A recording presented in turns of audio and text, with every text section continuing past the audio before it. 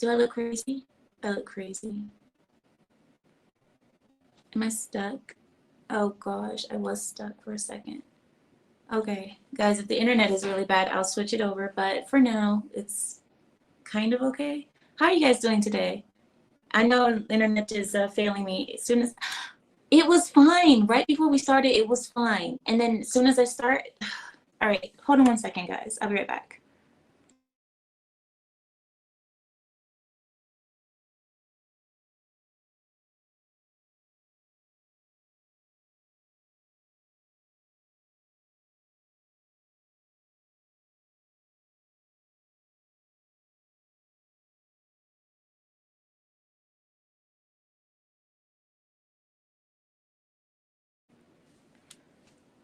Are we still bad? Yeah, still kind of.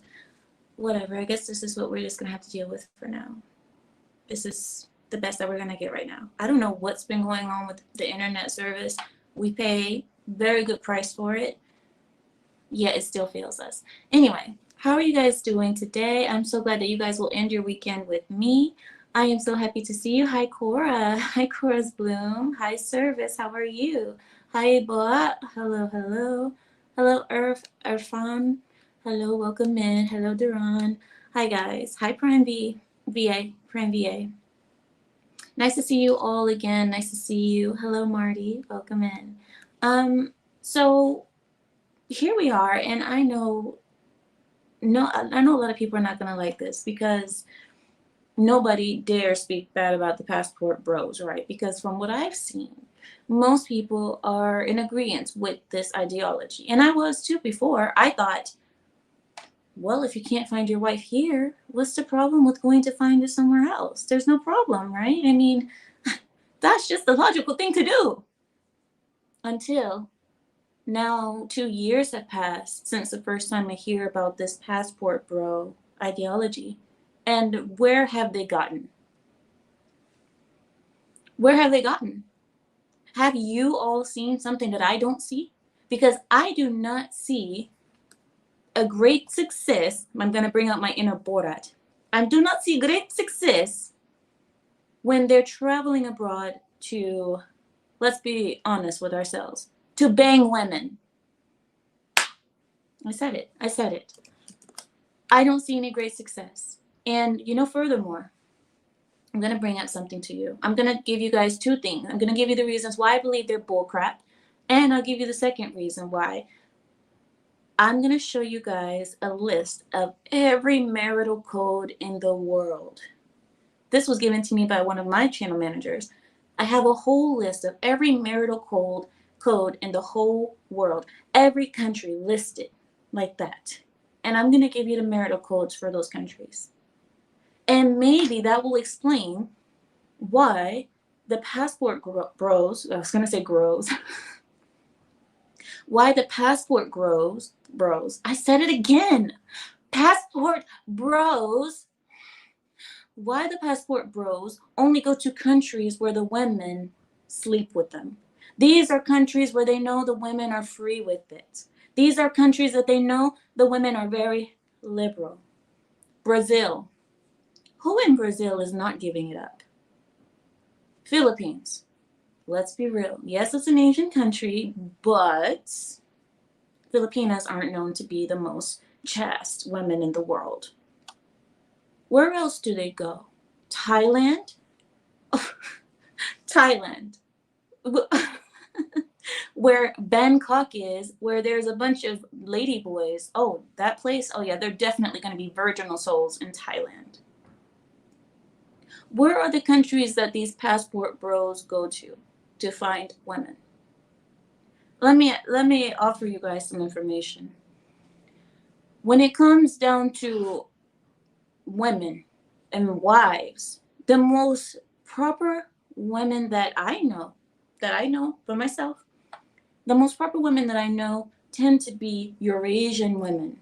Women in between that old Soviet Union area. Do you know what I'm talking about? I'm talking about Kazakhstan, Tajikistan. I can't even say the word. Tajikistan. You understand all of the stands, right? Uzbekistan, Turkmenistan, Azerbaijan. All of these women are from villages. Not only are they from villages, they are trained wives. They are trained from birth to be a wife. And if the passport bros were serious about finding a proper wife because these Western women are just so bad, then why aren't you going there to find your wives? Oh, I know, teacher. I know. Because they're not having sex in those countries. That's why. This whole passport bro ideology is it's nothing more than travel sex, I guess. Sex and travel, what do you call it?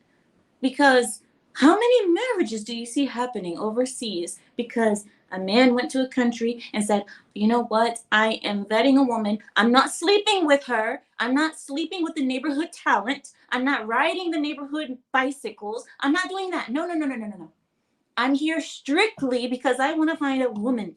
I want to find a proper woman, a proper lady, a proper wife. I am vetting and I'm taking my time and I'm doing. No, I don't see that.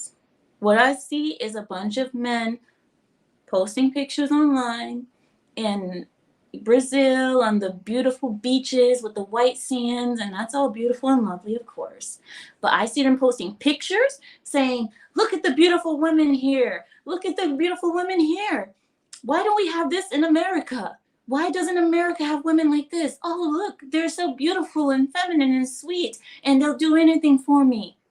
Yeah, because you have money. Women, they're not stupid. They see you, passport bro. The other side of this issue, most of the passport bros tend to be black. Do you guys want me to say it? I'll say it if no one else will, because I'm not afraid of saying the truth. What you're going to find when you go as a black man to countries that are very much racist. I'm not gonna try to. I was gonna try to give you guys down the soft words, like, oh, a country that doesn't accept this or this. No, they're racist. They're racist, fully racist. Yeah. They're more racist than your lovely America. But what you're gonna find there as a black man, you go there with a big wad of money, right, in your pocket, and you say, I'm a passport bro. Forget these Western women. I'm going to the East. No, I'm going to South America. I'm going to find me a woman with this here money. Going to put her in this here bag, put her over my shoulder, and I'm going to haul her back home. That's what I'm going to do. Good luck. As soon as you go there, you're going to have to deal with the family. You're going to have to see her father.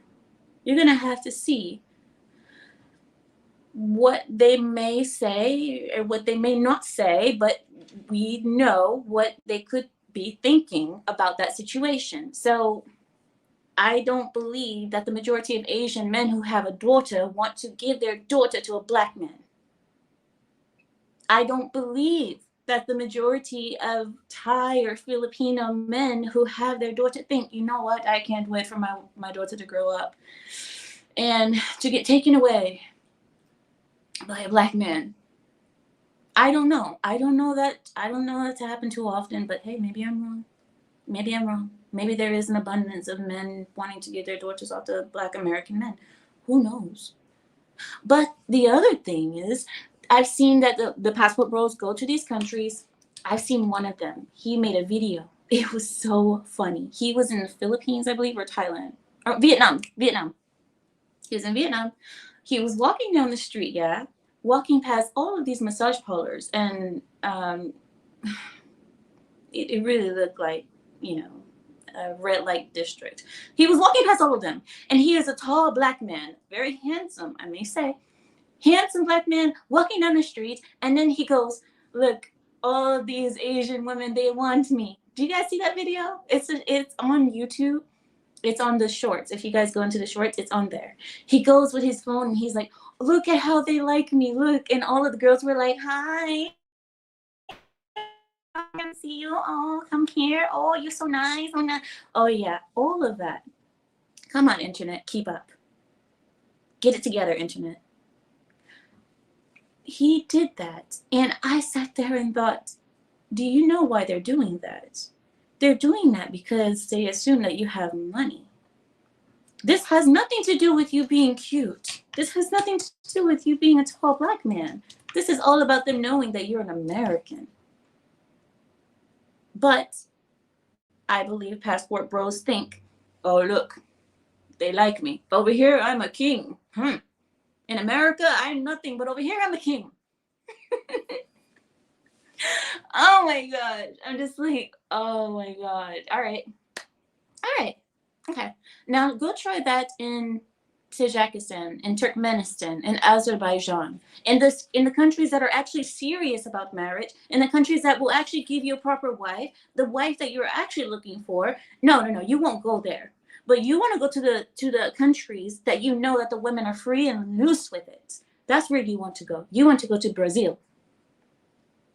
That's why, look, I was all for it in the beginning because I thought that they were serious. I thought that they were going to go to Middle East, go find, go do it, take your shot there, do something. But I mean, honestly, it's just disappointing. It's disappointing. Disappointing to see. What are you guys saying in the chat? I can't. I was just speaking, and then I look at the chat, and you guys are nutcases in the chat. I love it. Okay, but no, okay, but still, what I'm saying is that what I see, and I'm not talking about sexuality, guys. I see what you guys are saying in the chat. I'm not saying that. I'm not gonna say anything about that area because I wouldn't know. But one thing I do know is Brazil.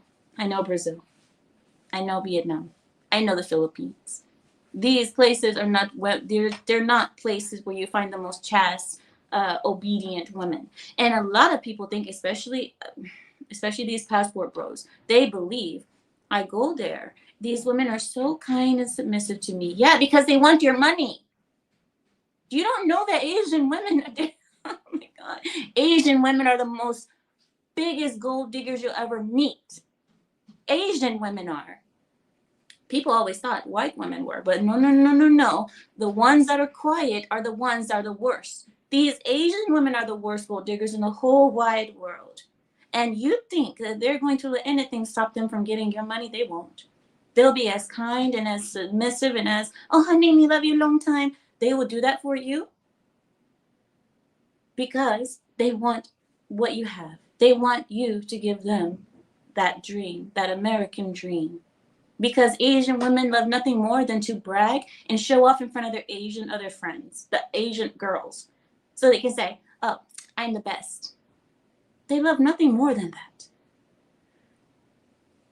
And as for Brazil, I don't know, but all I know is that there's a lot of Brazilian women willing to do anything to leave Brazil. So if you want the link, it should be in the chat. I mean, I think it's in the chat. I don't know. But aside from that, you know what? I don't even want to give the link anymore because last time I gave the link, everybody is scared to speak. So I don't want to have that happen again. If last time they were asking for the link and nothing ever happened, you guys got scared. What happened? I said, oh yeah, I'm gonna tap in the chat and say all this stuff and oh, I'm against Ameera and oh yeah, she doesn't know what she's talking about. Oh, she's so stupid. Somebody called me a bozo. What is a bozo? I don't even know what that is. But nonetheless, they called me these names in the chat. But I said, there's the link. Come. No one showed up. Everybody said, no. I don't want to be the first one to go. I don't want to be the first one to show up. Well, I know Ray. I see Ray. But anyway, yeah, so that's the thing. I mean, so I'm going to go down this list for you guys. I will show it to you right now. This is a list of marriage rules. You could say marriage rules, marriage requirements in other countries. Okay, here we go. All right. So as you guys know, the passport bros are reportedly a new phenomenon. The movement has been propelled by the prominence on social media by men seeking women not tainted by Western modern feminism. We know that. However, not everyone agrees with this statement. There are many who view the passport bro movement as nothing more than a cover-up for sex tourism. Men and women alike, all over the world, and particularly in America, have strongly voiced their opinions on this movement. In fact, there are countries that are actually going against this. They're making laws that you cannot come to their country and marry their women and take them back because of the passport bros. There are people actually coming out and saying no. Countries are even saying no, you can't do that. It's illegal now. Which country was it? I believe it was Amsterdam. Amsterdam. They said that they're not going to allow this sex trafficking. That's what they call it, sex trafficking. Women and men in opposition contend that passport bros are merely taking advantage of women in other countries that are in financial need. They want a woman to make them feel like a king in exchange for a green card. So the legal risks that come along with this whole passport bro ideology, believe it or not, there are a few legal risks when it comes to traveling overseas and finding a spouse. Every country has their own dating and marriage traditions. That's what a lot of people don't try to date. I mean, I understand passport bros are like, I'll just take her to my country and I'll just marry her. Because that family wants her to marry the proper traditional way. Are you going to do that for her, or are you just thinking about yourself? I don't know. Wait. Every country has their own dating and marriage traditions and laws. It's illegal in some countries to marry a foreigner without a visa. Other countries do not allow their citizens to marry foreigners, one being Kuwait. Kuwait, Middle Eastern countries, a lot of Middle Eastern countries will not allow you to marry a foreigner. In addition, there could be vast cultural norms that must be followed to get married, like obtaining parental approval or conforming to religious beliefs. All things considered, I guess. Uh-oh. I need to, I need to be right back, guys. I'll be right back. I'm so sorry. I'll be right back.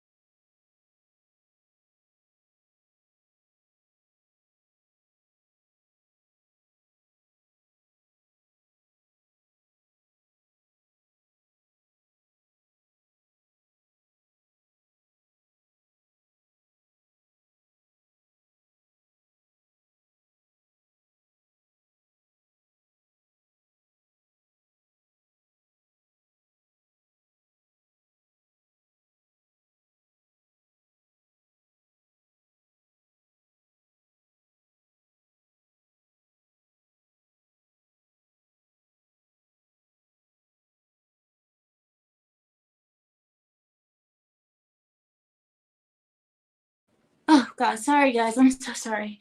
I had to run. I'm gonna be sweaty. Don't laugh at me. So sorry guys, I tried my best to be fast. All right, sorry guys, I'm so sorry. What did I miss? What did I miss? I'm sorry. Somebody's big mad. Yeah, sorry. I'm so sorry, guys. Typical Arab. You're racist. Racist. Sorry, guys. I'm so sorry. Yeah, I had a bit of a situation for a second, but I'm good. I'm good. Everything is fine. All right. Thank you. Thank you. At least somebody has some patience. Huh? Patience is a virtue for the rest of you. Okay. All right. Here we go. Where I left off was we were speaking about the norms that must be followed to get married, like obtaining parental approval or conforming to religious beliefs. Also, many male foreigners have traveled to countries like Colombia, and instead of being faced with a difficult marriage process, they found themselves on the receiving end of robberies committed by the woman that they sought out. This is part of the thing, and I've also seen it too with white men. I think white men are more vulnerable to this, however.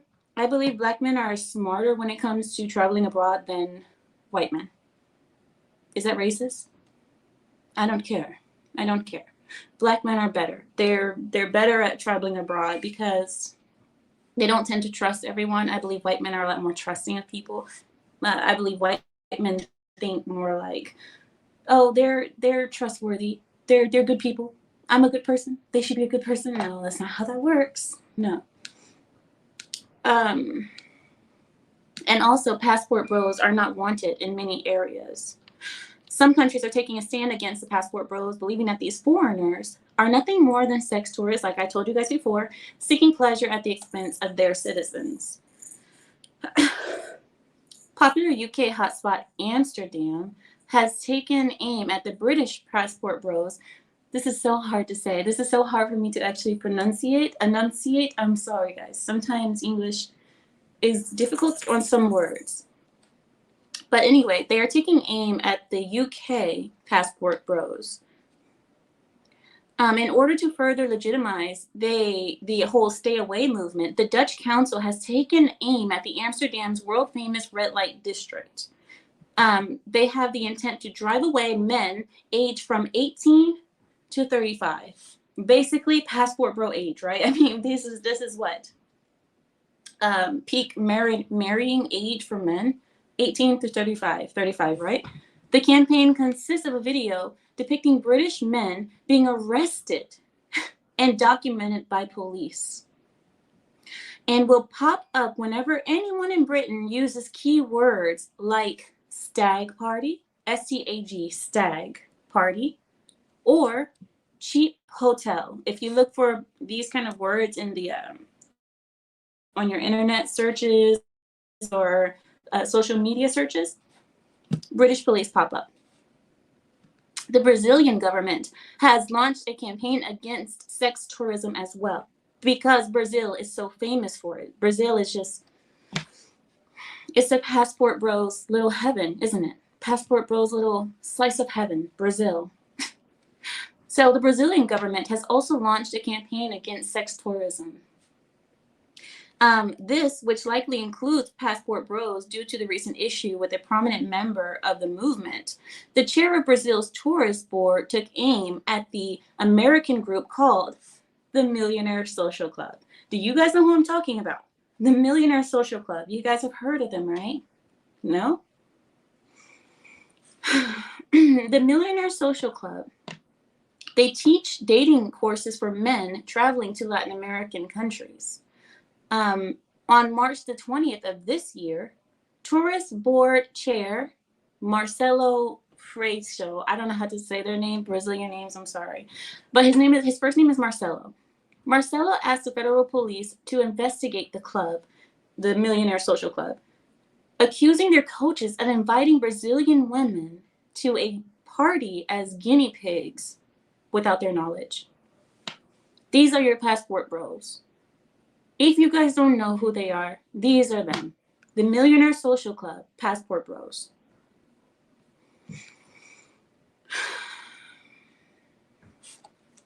So let me ask you, what does this have to do with the Black Passport Bros? Is it right? Does this have to do anything with them? I don't know. But all I know is that the majority of the Passport Bros that I see online tend to be Black. And yes, there are UK ones, but they're also Black as well, but they're from the UK. And then there's also a very small slither of them that are white. So here's a few options provided after a Reddit user asked Redditors if they thought the recent passport controversies would ruin the image of Black men abroad in particular. So this is what people on Reddit said. I'll give you a few quotes and then I'll open up the panel. Here's a few quotes of what they said. They said, and I quote, "White guys do the same thing and they're treated just fine abroad. But then again, Black people in general are looked down by almost everyone." That was one quote. The second quote is this, and I quote, "Men have literally been doing this for hundreds of years. The stereotypical modern sexpat is an old, fat, pink-faced white man. This isn't going to affect the Black image in any significant way. And most of the Passport Bros aren't actually doing it. They just advocate for it to insult American women." So it's used as a threat. This person says, this person is saying it's used as a threat to get American women to get it together. This last quote I'll give you, and then I'll open up the panel. And I quote, "These idiots are going to get themselves set up and robbed eventually." From a Colombian woman. Some probably already have been robbed and aren't saying anything. So there you go. That's that. I do want to give you guys the whole list of the marital rules for each country, but like I said, that's a very long list. We are going to be here for many, many hours if I do that. I don't know how long you guys have tonight, but I do assume that it's Sunday and most people have work tomorrow, so I don't know. But I could go down this whole list for you and give you country by country the marital regulations, rules, traditions of each country and show you. Passport Bros aren't doing what they think. There is a saying. I have a saying. It's my saying. Okay? No, this is just me. I'll put the link in the chat. Hold on, wait. Let me put the link and then I will finish telling you guys. 1 second. Okay. I do not know how to put the thing in the chat. Hi, BJN. Let me see. How do I do that? Oh. Hold on 1 sec. Let me. 1 second, guys. Let me figure out how to put it in because I have the link, but I don't know how to put it in the. You know what? I'll put it on YouTube. Yeah, I'll put it on YouTube and then you guys can figure it out from there, I guess. I don't know. Right? Right. I guess that's my only option, isn't it? Yeah, it is. Okay. I'll put it in on YouTube and then you guys can find it from there.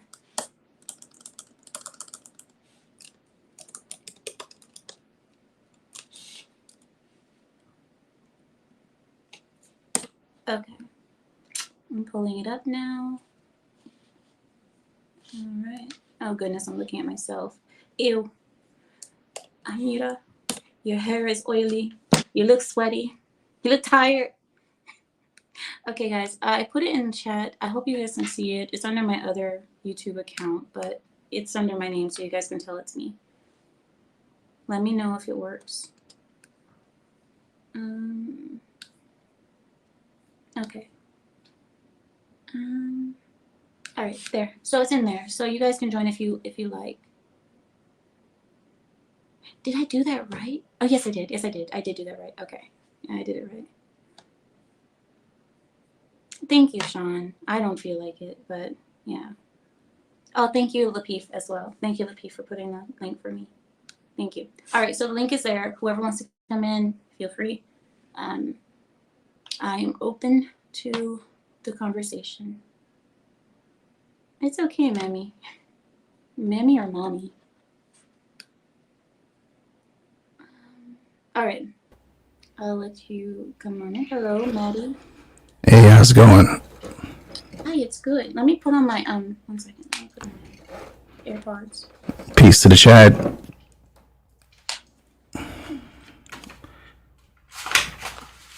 All right. I am getting it together now. There we go. Now take your time. Take your time. Can everybody hear me correctly? Is everything smooth? All right.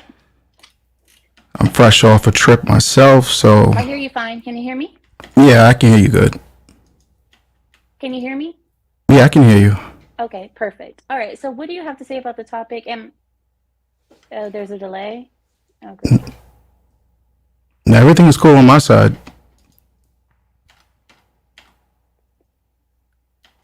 Hold on 1 second. Let me bring you right back. 1 second, Mr. Marty. 1 moment. Can you guys hear me good? Is there a delay when I speak? Because it looks like it's messing up. I can't tell. Hold on. Let me try Trey one time. Trey, can you hear me good? Yeah, I hear you good, Ameera. You hear me? Yeah, I hear you great. I hear you. So, is there a delay when I speak to you?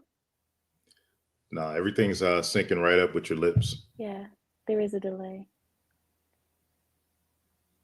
No. But every time I ask someone, is there a delay? It takes like 5 seconds for them to respond. So I think that it's on my end. I think it's on my end.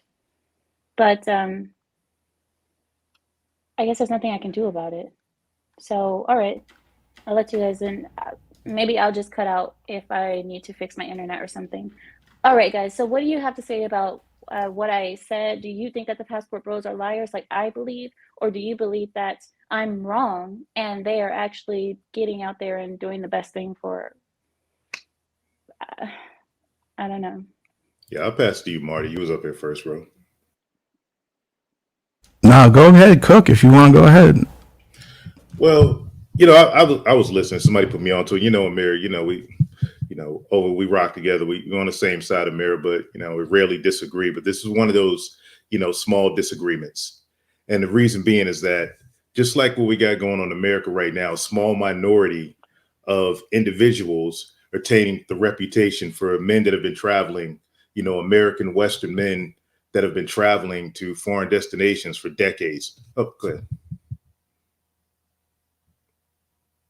Okay, if we can continue to rock. But, American men and other Western men have been traveling for decades. Myself being a military guy, my father, 20 years before me put it in long, gentlemen he knew. And the one common denominator was you kept everything you did between you and God, or you and your tight, close homeboys. You couldn't put your stuff out in the streets because there was no social media. So a lot of this came about. The traveling movement came about because of military guys. Military guys would get out the military, go back home or go home on vacation and spread the word about, hey, man, this is what's going on in Europe. This is what's going on in Southeast Asia. Get over to these places. And that as the internet age crept in, of course, just like with politics, male-female relations, the traveling movement blew up as well. Shout out to Charles Tyler for basically, really getting this popping on the internet. RIP to the big man. But men have every right to go exercise their agency. The problem is that feminism running worldwide rampant right now is trying to put a clamp on male agency because they want stepdad culture to run the world. The whole Cardi B, Ice Spice You're movement. changing the topic. No. You're I'm changing not. the topic, sir. No. Respectfully, wait 1 minute. Mm-hmm. Let me Okay. jump in just for a second, because what you're going into what about Americans and feminism. I never mentioned that. What I'm talking about is strictly the passport bros going to countries where the women are willing to give it up. They're not going to countries where they have real women who are ready to be wives, like Azerbaijan. Like I said, those countries over there, they're not going there. They're going to Brazil, where the weather is nice and there's pleasant women, but they're not marrying. They're just enjoying the neighborhood talent and coming home. What do you have to say? Well, what you see is, like I said, a small percentage of guys that are going out there putting their exploits online. And yeah, I know plenty of guys that are, military or civilian, you know, white, black, Asian, Hispanic, all Western, that went to these other countries, found traditional women, got married. They just keep their business on the low.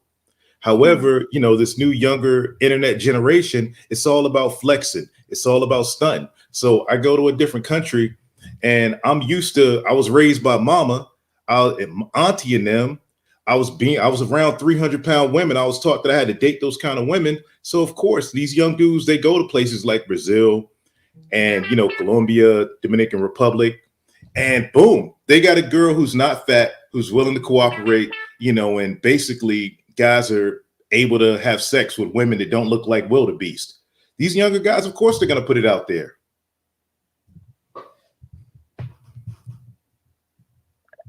Marty, would you like to comment? First, I like to establish a baseline with things because when I talk to people, I like to know where they're at. Okay, so for you, Ameera, let's start off with how many guys do you know, let's just say from 21 to 30 that travel to these countries? How many can you actually say you know what they're doing and they report back to you in detail what happens, goings and comings, what happened if they got robbed, who they smashing, well, hold on. I know what it's like asking, but I'm laying down the ground rules so I know what I'm dealing with. So the reason I'm gonna let you get it off, but I'm asking you, who are you speaking to personally? Don't go on the computer because I see what you did. A lot of your talking points seem to be fed from the computer. I'm not doing that here. What I'm saying is you personally, Ameera, who do you know within the ages that you described, and there's a reason why I'm asking you this, that goes to these countries, have admitted that they're a self-reported passport bro, and report to you directly, so now you have this very detailed opinion about what happens overseas? Because I need to know where this information, other than the computer, where's it coming from? You already said your question like 3 times. I understood it the first time you asked it. But what you're saying is, so if you know someone, then that is the experience of the majority. If I know someone in my real life who has had a good experience, that means that the rest of them are probably having, or are you saying that I should know the majority of these men in order to say anything about them? That's what women do. Women always do that. When you say, are you asking me a question? Well, I'm not asking you a question yet. Okay. I'm answering your question. So this is what women do. They say, oh, well, you don't know every woman, so you can't say anything. Oh, you've only seen it online, but that doesn't mean it's true. When stats are stats, numbers are numbers. I don't need to know everyone. I don't need to see everybody. That's not the question I asked you, Ameera. Stick to the topic. The question I asked you, I said, who personally? Please stop cutting me off. Please stop cutting me off. 1 minute. You asked me. You said, do you know anyone? Do you know anyone who's done it? I said, your question is invalid. Who cares if I know anyone? Valid is either you know people or you don't know people. It's not a trick question. Do you know people who travel or do you not know people who travel? I don't need to know them. I don't need to know them. See, this is why I like to establish a baseline, because now everything makes sense from this point on. Thank you so much, Diamond Jen, for the ball game. Please, sir, 1 moment. I don't even know what this currency is, but thank you so much. He says, I've been doing it for 45 years. Every possible scenario you can think of, I've heard of or seen, he says. Ameera, you aren't qualified to speak on it. Stand down. Thank you so much for your donation. I appreciate it. So you said, okay, since I don't know everybody, I can't speak on it because I have to know all the passport bros in order to know. But I'm assuming you must know all of them. Do you? Oh, wait, I'm sorry. Let me going off of emotion. I said, who do you know personally that travels abroad, has these experiences, and reports to you directly? I didn't ask you if you knew everybody. Why would anyone report to me directly? They're not my husband's. Again, ma'am, I'm trying to establish. Okay, let me ask you. Do you know, sir? You're missing the point of the question. I'm establishing. I already said I don't. So do you? I'm asking you. I know plenty of people because you're having a stream on people that travel, right? So therefore, people who come up would preferably know things about traveling. So the person who's actually having the stream just admitted that they don't know anything about what happens overseas. So what are we talking about? Okay, Okay, then what do you know, sir? Tell us what you know. Wait a second. Hold on. Let's not mince the question. Let's not waste time on formalities here. This Sir, is your not, stream. this is not your show, please, sir. I'm asking you to go ahead and give me what you think. I'm not asking you to battle with me about if I know people or not. I already said I don't.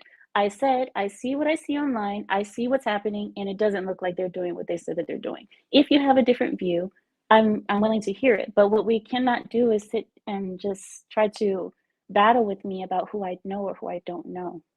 You said you didn't know anybody. So now we can move to the next phase. Is that cool? Sir, you do not. This is not your show, sir. This is my show. Ma'am, you asked me to give my opinion. I'm saying, can we move to the next phase? Is that cool? I would like, there is no phase. I'm telling you to give your opinion so then I can move on with Trey. Can you give me your opinion so I can move on, please? Opinion on what exactly? I like to be particular. Because now we're bouncing. Okay, just give me a moment. Trey, how are you? Do you agree with the gentleman? I mean, I rock with Marty. Yeah, pretty much for the most part. But Marty has his own style of dissecting issues. And Marty's the homie, and Marty's well experienced, well versed, well traveled.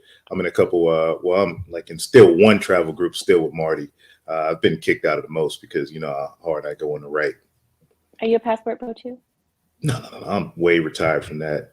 But my wife is Dominican, and been married for a minute, and you know, don't subscribe to any of what the younger passport bros are doing. I fully support it because I support, you know, male agency 100%. You know, a grown man 18 and up, he can do what he wants to do. He just has to, you know, if he does something silly, he has to pay the consequences. But who am I to tell him what to and to not do? Did you get married to your wife the same way that we were speaking about how they said the passport bros go to the country, vet their women, bring them back? Is that what you did too, or no? No. I was stationed in the military with a brother, and I just happened to go to DR. Like I was in Haiti, and they just happened to send me over there, and got to meet his family. So it all worked out. But you gotta like look at it from this perspective, Ameera. Men have been doing this for freaking decades. If not, you know, the furthest we can date it back to is 1917. It's, you know, if we looking at the brothers, and you know, a lot of the white boys, they just said after World War I, I'm not coming back. When you go, you go. I mean, you've traveled to Europe and places like that, and other places. I've been everywhere. I've traveled everywhere. Yeah, so you see all these Americans that, you know, go back. How'd you get here? Well, my dad was in Vietnam. My grandfather was in World War II. You know, they call them war babies and things like that because they're obviously American. And these men, who is to tell them that, okay, you have to go to this certain country because passport bros are going, or you can't go to this country? It's real easy to these laws that these laws. Go ahead. All right.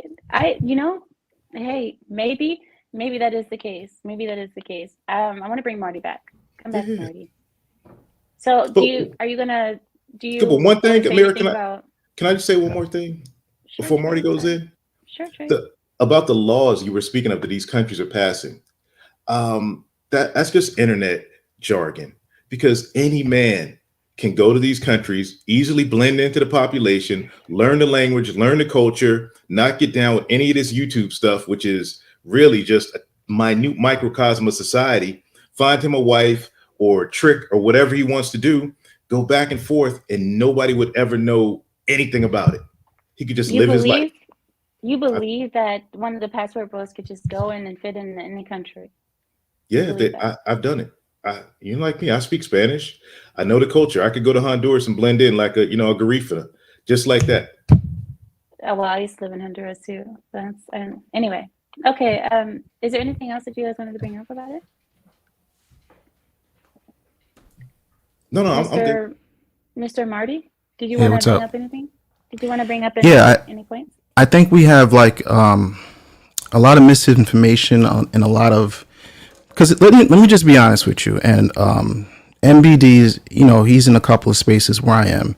And make no mistake about it, I don't necessarily get along with passport bros either. I'm not a passport bro. I'm a guy with a passport who travels. I want to make that distinction. And the reason why I asked you that question in the beginning is not to it's not a gotcha question.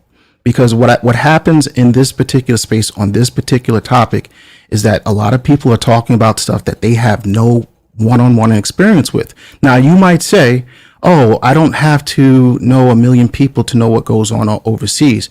And some of that has validity, but that's almost like me saying, I don't have to work on Wall Street to know exactly what happens in the back rooms there. No, you do. And to really have, to get up on panels and to really talk in depth as things are factual with no experience is kind of like an insult to people who actually do travel. And you might not be aware of this, but that's why guys like me have to come and set the record straight. It's almost the same thing when you guys have these shows on Lapeef, and it Wait really. a minute, sir. Wait a minute. You're just keep rambling on and on. I need you to like make a point so other people can respond. Well, I want to respond to your points too. You said I come up here and I have no facts or anything. I just gave you article after article listing the laws that people are making, that other countries are making.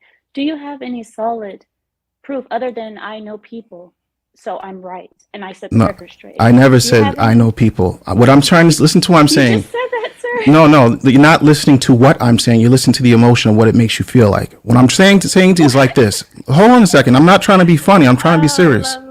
What I'm trying to say, there's a difference between pookies and legitimate black men. And what happens a lot of times, let's take it off of passport because that's a hot topic. What people like to do who don't really know black people that well, they tend to loop all guys in this pookie group. So when something goes wrong in this so-called community, it's everybody's fault. And what I'm here to say, there's a distinction between the guys that you reference, which is a small, minute part of people that travel. And to be quite honest with you, less black men have passports than black women, and white guys have way more passports. And they've been doing this for centuries. So the fact that Austin Holloman, who's 23 years old, somehow stands as the icon for passport bros is no different from Cardi B being selected by Joe Biden to talk for black people. It's stupid.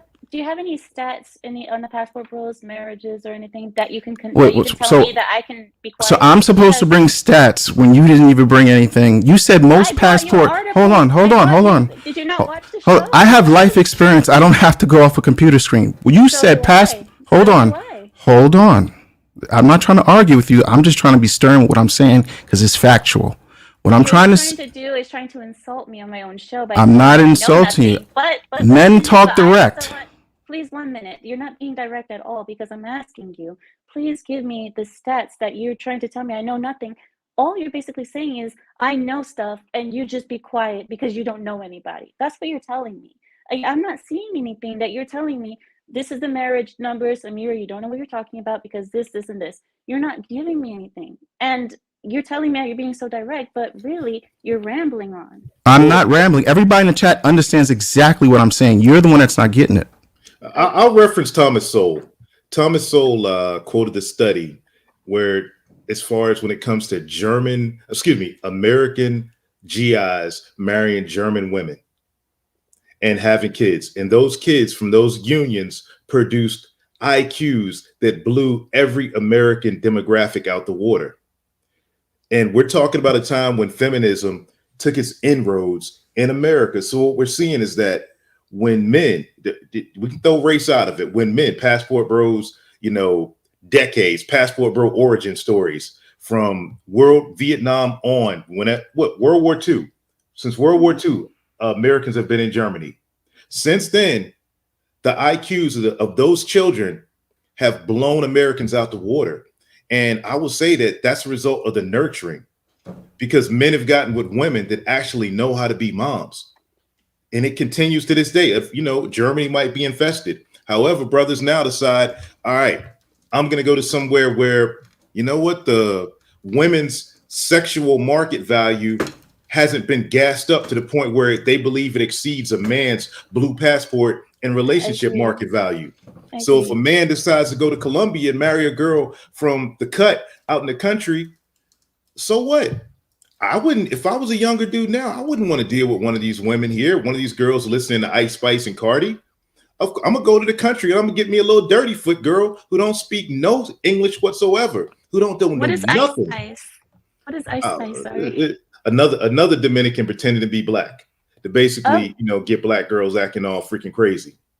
Okay. 1 minute, Trey. I wanted Okay. I wanted to ask you because somebody in the chat asked. They said my sound is low. Is it low, Trey and Marty? They said my sound is too high. Do I have to turn it down? It might be that you sound high because I sound low. That could be what's happening. I don't know. Okay then, and then let me see. The Clue Channel. Thank you so much for the $5 super chat. He says, Marty, the show is about passport bros, not men who travel. You admitted that there's a difference, and I agree. Thank you so much for that. And thank you so much we got a member. What is it? Green Gang. Thank you so much. His name is Your Sports Now. Thank you so much for becoming a member. I appreciate you.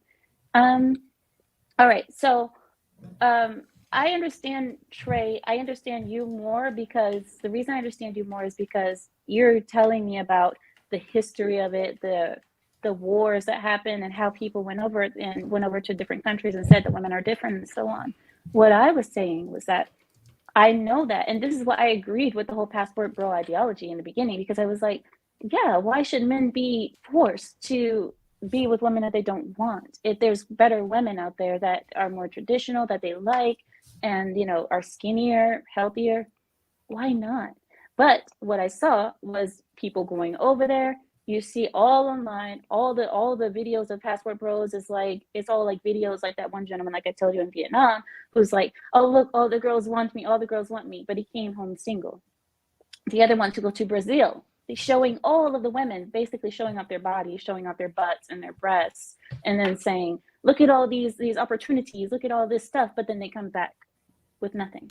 So that's my thing that I was talking about. Now, if you guys are saying that the majority are actually going there and picking up women and bringing them home, then I will have to be, all right, I agree. I'll be quiet. But until then, I don't see that happening. Go ahead. Can I just add something? Yeah, sure. Okay. What percentage of men do you think are actually going overseas with a specific goal to get married? Because let me be honest with you. There's levels, right? With everything in life, right? As with passport bros, because I see some people in chat saying I'm talking about traveling. Listen, people who get on the plane go overseas to meet women. Let me be honest with you. I don't know what you're reading. I don't know who you talk to, but let me give you the facts of what it is. You're going to have a lot of young guys go overseas for the specific reason of meeting and dating women with no intentions to actually get married. You're going to have a lot of that. You know why? Because nobody literally said, I'm going over there to meet a wife. If they meet one in the pursuit of happiness, that's great. I'm be honest with you. We have to remember when we were 18, 19 to 25 years old, nobody in this day and age today is necessarily going out there from the Western world. Where you're from, it might be different, so I'll leave that as it is. But from the Western world, let's be honest with ourselves.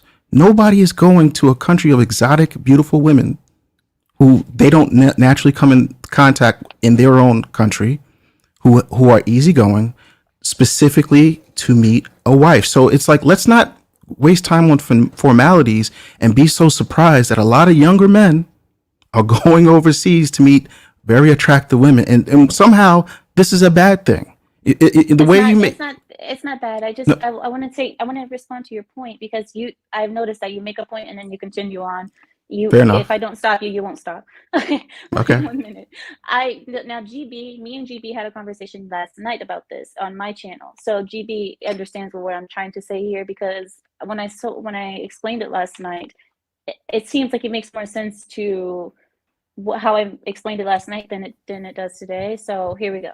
GB was saying that we are spreading promiscuity to other nations. We cannot complain when all women are 304s global. And that was the point that I was getting at mostly with GB, was saying that isn't it basically doing the same thing? You sleep with all the women in America and then you go to another country and sleep with all the women there. So you're not changing anything, you're doing the same thing. No, it's a guy. Yeah, it's a guy, sorry. Yes. Okay. Well, here's the problem. MBD, I don't mean to cut you off, but I have to make what she just said. This is what I'm talking about, right? On one hand, these guys are lame, fat losers that can never get a girl, right? On one hand, this is what you hear most of the women say what you say. And directly on the other hand, these are also the guys that get all the women that are exporting, sleeping with all the women in another country. This is why it's very important to make distinctions on who we are talking about. If you're talking about passport pookies, hey, anything goes. I'll give it up to you. You're absolutely right, because we have that. But what I'm talking about is the guys who travel who actually don't do that. So we have to make a distinction real time when we're talking about these things, because the way it comes off is you're grouping everybody who travels into this group of sex crazed idiots. Just to be honest with you, that's the way it comes off. If you're not trying to be like that, then cool, we can correct it right now. But it comes off like that. Yeah. Well, I don't want you to get emotional. Don't get emotional about it. It's just what I'm saying is that what I've seen is the sex stuff. It's not Definitely not emotional, ma'am. I'm just sticking to my points. So let's emotional. So let's be fair. let's ask the real question. When it comes to the sex stuff, so what? If I've been to, yeah, exactly. No, there's not a problem with it. But they're not being honest. That's all I'm saying. Yeah, I've seen red light districts all over the world. Like only one I really took a time and walked around, almost shot a video, but I was like, nah, I don't need to put this footage out there, is Tijuana. But I've seen the red light Amsterdam, Frankfurt, Germany, Tokyo, a bunch of other countries. I've seen red light type places. And we got to remember, for the rest of the world, everything is mainly contractual when it comes to marriage. Mm-hmm. So you got a whole lot of women at home that are just marrying dudes just because they have to. Their grandfather said so. They ain't trying to bust it open. Excuse my language, but they're not trying to bust it open for their husband. And in order to keep those marriages working, you have red light districts where the local men, instead of being frustrated, could go down, get their rocks off, then go back home and be good fathers.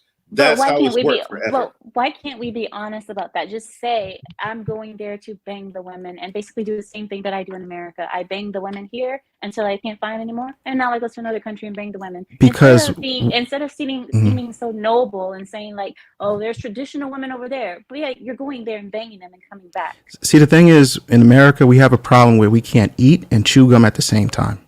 Walk and chew gum at the same time. I'm sorry. And to be honest with you, people monitor where black men put their penises. To be quite honest with you, because I'm going to give you an example so we understand what we're talking about right now. White guys, Europeans, Arabs, they've been doing this for decades. This is nothing new. So the fact that one kid who's 23 and he is not even the person who made the name Passport Bros. He just tattooed to his arm. So we actually have to know where the name came from to understand the origins. But what I'm saying, the point is, this has been going on since the beginning of time, before pre-World War II.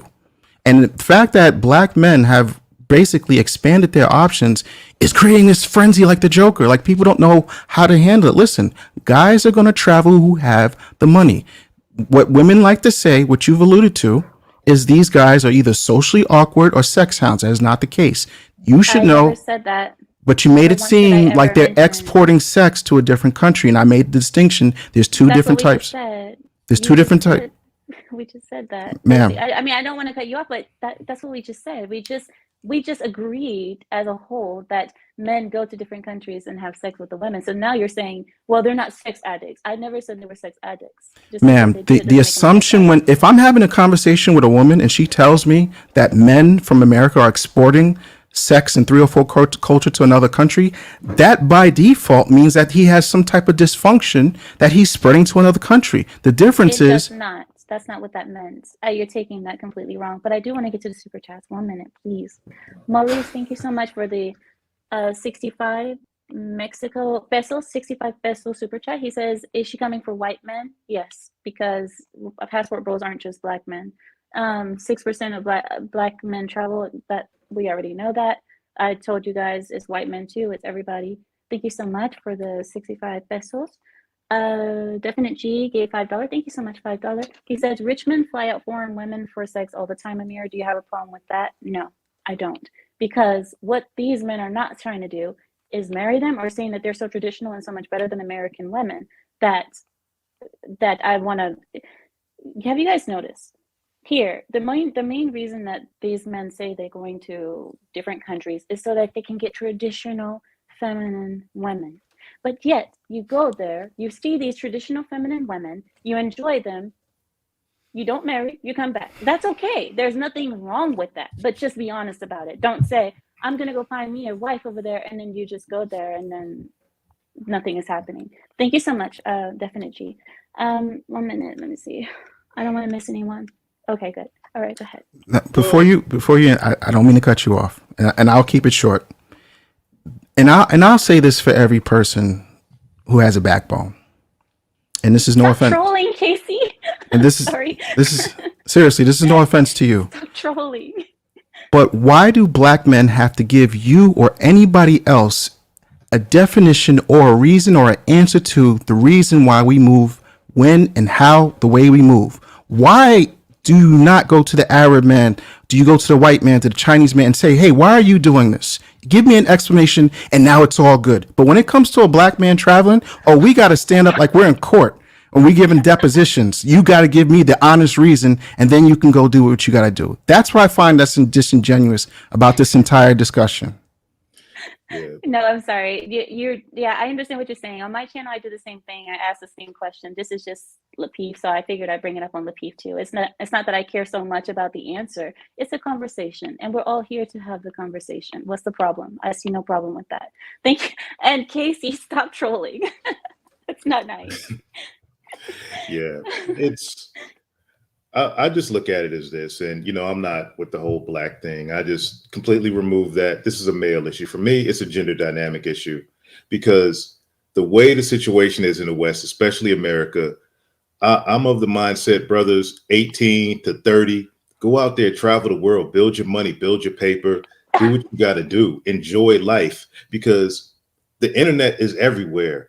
So even if you are traveling and you're 23 years old, if your money ain't right, yeah, you're going to get treated the same way overseas. So what? You know what? I don't have that much money. I got a finite amount of money to travel. Let me go over here, have my fun, just like I would in the US at spring break, Kappa Beach Party, or what, the Lollapalooza, or what, Freaknik back in the day. Let me go overseas and do that now. Grind, come back, get my paper, get my money up. All right, now I'm 30. I got my money right. I got, a house. I got a business. I have LLCs to protect my assets. Okay, wherever I want to go find a wife at now, if I so inclined, I could do that. But in my in my 20s, I'm gonna go enjoy this life. I'm gonna go around the world. I'm gonna go smash some baddies. Right now, women are being told in the US to do the same thing, and that's destroying society. Men, it's just our natural instinct. I wish I could change it. I can't. Men, we like young, bad, pretty things. The thing is that as a man, okay, you got to control that urge. You got to control what you put out there. If you're married, if you got some kind of status or something, or you just, want to keep stuff on the low. Trey, I can't disagree with you. I mean, the way that you break it down, I can't, there's nothing really I can say, because there's maybe what I'm seeing, maybe what I've been seeing online is not the representation of passport bros that they say that they are, but they're actually not. Maybe it is just the younger generation that are just enjoying their time before they actually settle down. But my question is, the problem that we have here in America are women being promiscuous, not settling down because they want to wait until 30, 35, 40 to marry. All of this, we have this problem already. Do you not think that Americans going over abroad and doing the same things that they've done to American women will not change the women over there as well? No, American women, or Western women in general, are exporting that culture to, the women over there. They're not blasting, male rappers talking about wet AP. That's not what's happening. When you go overseas, these women are listening to the same rap artists we talk about, and they're all female. They're listening to feminists. They're over, in Brazil. Austin Holloman went through what he went through because he had a run-in with a Brazilian feminist, and then the Brazilian simp army came right along. I would like to add something. Ooh, wait 1 minute, Marty. Trey, can you expand on that a little bit, please? What do you mean the Brazilian simp army? What happened? Well, it's just like here on Lapeef, and shout out to the brothers, Anton and Lapeef Jr. But if there's a panel going on over here and there's a woman up here, Sister Queen, is acting out of pocket, and one of us really base dudes be like, "Shut the F up, you crazy?" If she's talking really out of pocket to a man, at that point, the men are going to jump. Hey, that's a female. You can't talk to her like that, bro. She could have been talking to you all kinds of crazy. But as soon as you check her, no, man, you can't do that. Oh my gosh. Sorry, thank you so much, Trey. Marty. All right. I'm sorry for cutting you off. No, it's all right. It's all good. We here to talk, right? Yeah. But what you said earlier, and again, this is not towards you, we do not have a problem. I want to make this clear. The women have a problem because the men who got it are able to go get it in different countries, foreign or domestic, however they get it, they are able to accomplish their mission, because the mission of a woman, the last time I checked, is to get married to one man and the highest value man she could find. Is that correct? Would we all agree upon that, right? Yes. Right. Agreed. The goal of a man initially is to have sex with as many women. The quality, that's between the man, whatever. But the goal is to have sex with many. And then when he feels he's met the one, settle down with the highest quality woman that he could find. Right. So again, in this dynamic of men traveling, just like you said, to these countries where the women are submissive in shape, the men who got it don't have a problem getting it. So what does that mean? The women here, it is not we have a problem. The women here have a problem because the men who have woken up and got their passports to travel, once they're gone, they're gone. And it's the same reason. And people will say, well, women are the same anywhere. They all want the same things. And then to a smart person, to a stupid person, that sounds smart. Because I'll put it to you like this, and I'll just keep it short. There's a reason most women who are from, let's just say, Uzbekistan or some of these Arab countries, they tend to find their mate in the country that they're from, whether it be the man or the woman, right? Now, one would say, well, if they're all the same, why couldn't you find one in America? Because why? Environment matters for something. There's a reason why most black women say, oh, I had to survive and become masculine because of my environment, right? So why is it when we go somewhere else where the environment is cooler, where the women are not in danger and we don't have these feminist tendencies, you don't think that their mentality, because their environment is smoother, that they're by default going to be smoother? So we can't have it both ways, where we act like environment matters when we have bad behaviors. And then when the men find a better environment, they find better women. Now we say, oh, all women are the same. See, this is why I like to make distinctions, because once I talk, it all makes sense. Okay. Well, I guess I don't believe that women should move like men.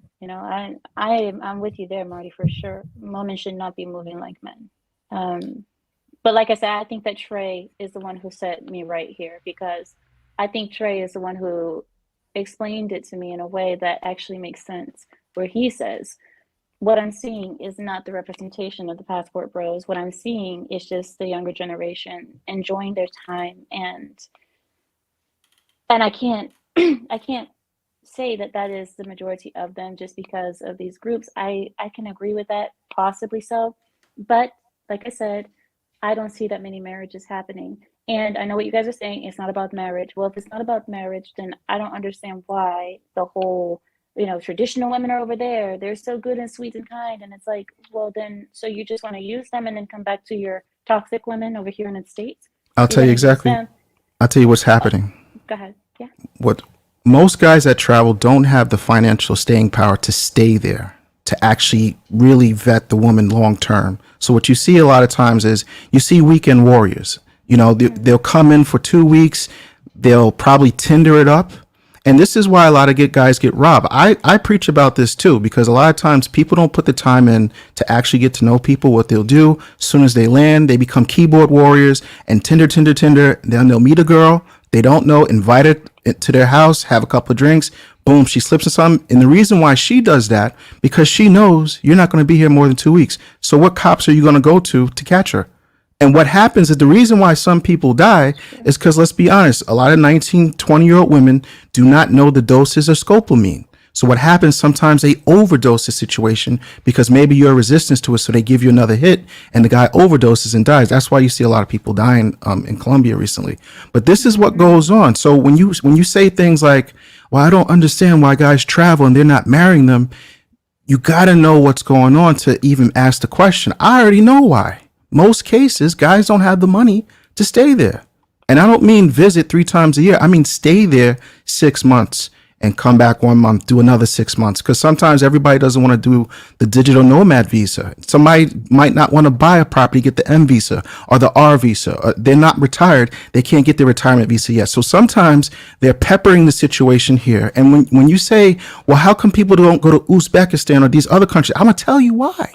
The reason why they don't go to there or places like Africa and certain other places is because the distance and the money is too much for people to bear. Some people are not going to want to be on a flight 14 hours and spend all this money in a country that doesn't even conform to black people. We feel a little bit more comfortable to Brazil, to Colombia, or even DR, because these are Afro Latina spots. You go into a whole nother culture where people don't even understand you. And to be quite honest with you, a lot of these cultures view black people as a detriment to their society. So why would you put yourself in a situation where you might be harmed? And when you have people similar to what you're saying, that these guys are exporting this sex culture overseas, people tend to view us in a bad light. So when we get there, our stay is not going to be preferable. So we're going to go to places that we have, like Brazil, Colombia, DR, that we already have. Can I piggyback yeah, I on understand. You that? said that you already, yes, but I just want to say that, yeah, I see it in Brazil and DR as well, but they're going to Asia, Thailand, Vietnam, Malaysia. I mean, not Malaysia. What's the other one? Philippines. These Yeah, are, and like, if they were all about being comfortable, and they wouldn't be going to Asia. But go ahead, Trey.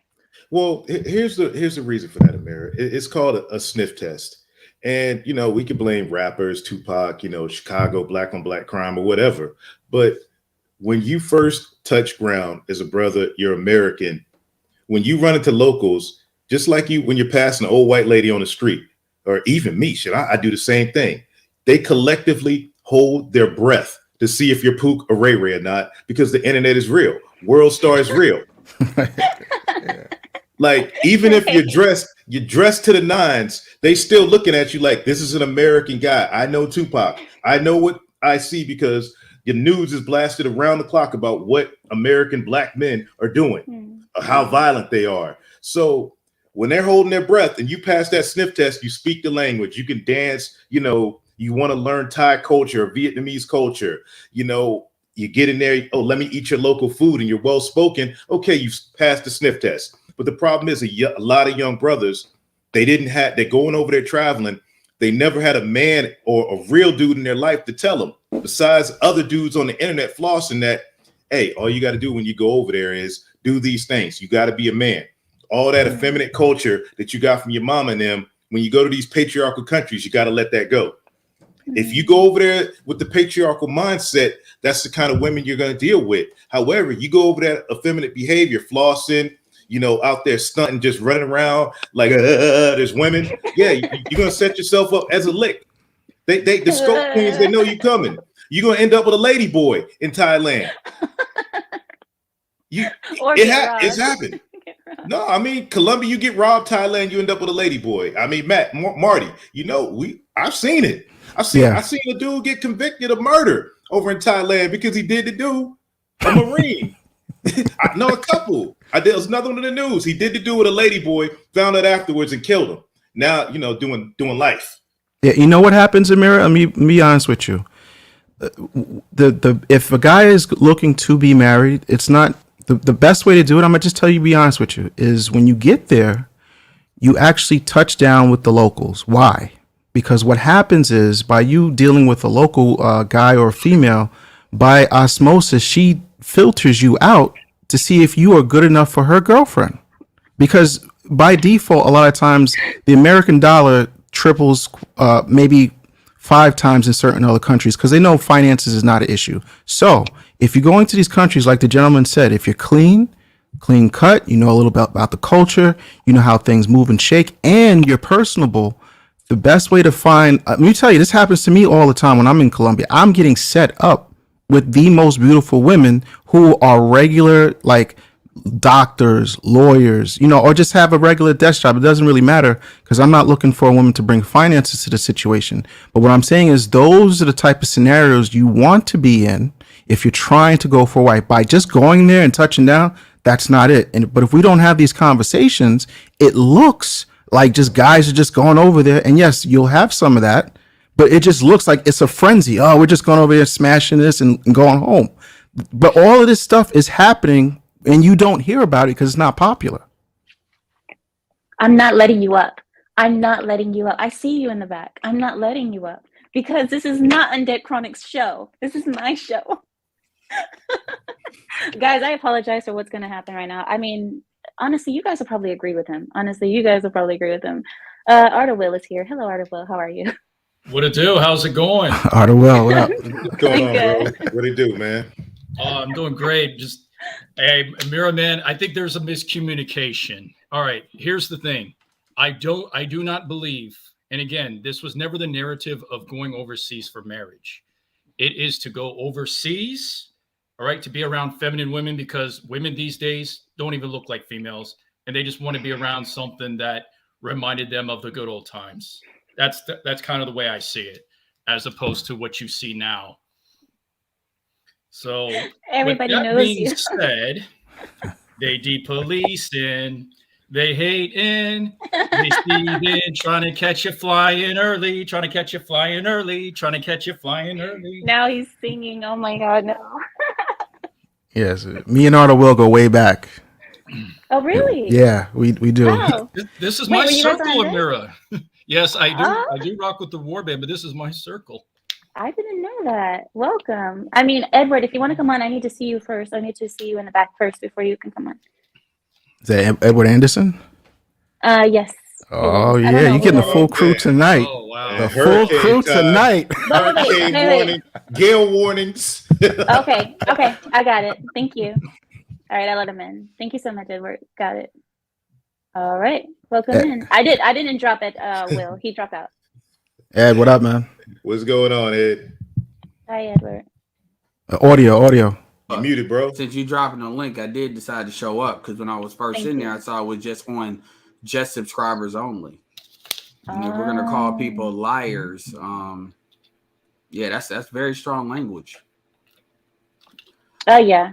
It's just what I see. But like I said, Trey pretty much explained it down to me, and I get it. I understand what he's saying. Well, I heard some of what Trey said, but what I didn't get it in the title. What is it that I guess Passport Bros is lying about? Like, what is it? The idea that dudes are talking about they're looking for marriage, they're looking for wives, and their sex tourism. I didn't get where's the lie. Well, I think it was brought up mainly, had a lot to do with GB's comment where he said that Passport Bros are exporting Western, promiscuity over to foreign lands where these girls are all pure and innocent. Really? That's what the argument is. Yeah. I mean, the thing about it is, just like what you all just talking about hip hop culture, Black people don't control the export of hip hop culture. We don't own the music for the most part. So it's kind of like we don't have control of our culture as it's being, perpetuated because we are, we don't control America like that. I mean, all groups are under this American thing, but even outside of that, the thing that really jumped to me with this is understand if we want to have a conversation, because I heard Ameera say that, fine, you can have a conversation. But the reality is, Black, and I'm not trying to take it there. I'm really not. But you have to understand, Black men, it is very serious to accuse Black men of doing things because the entire society tends to collapse on Black men because traditionally blaming Black men for everything is kind of what makes America run. So, like, for instance, I forget what her name was, but she just died. And Emmett Till, this was the woman that literally got Emmett Till killed over the whistle of a white woman. And they found 16 other Black boys before they even found Emmett Till. And I'm not trying to make it that serious, but understand there is no other race that Black men travel the least. We want to talk about statistics? Let's talk statistics. Well, Passport Bros aren't only, I'm sorry. Just, I wanted to answer your question because you did ask me and I wasn't here because I had to step off.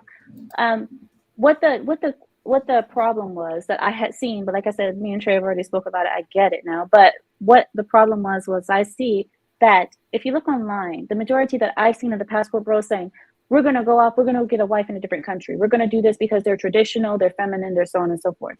But what I've seen, especially around, you look around, you see that they're going there, enjoying the women, coming back. They're not getting married. So basically, it's just sex, really. And that's okay. There's nothing wrong with that, is what I was saying.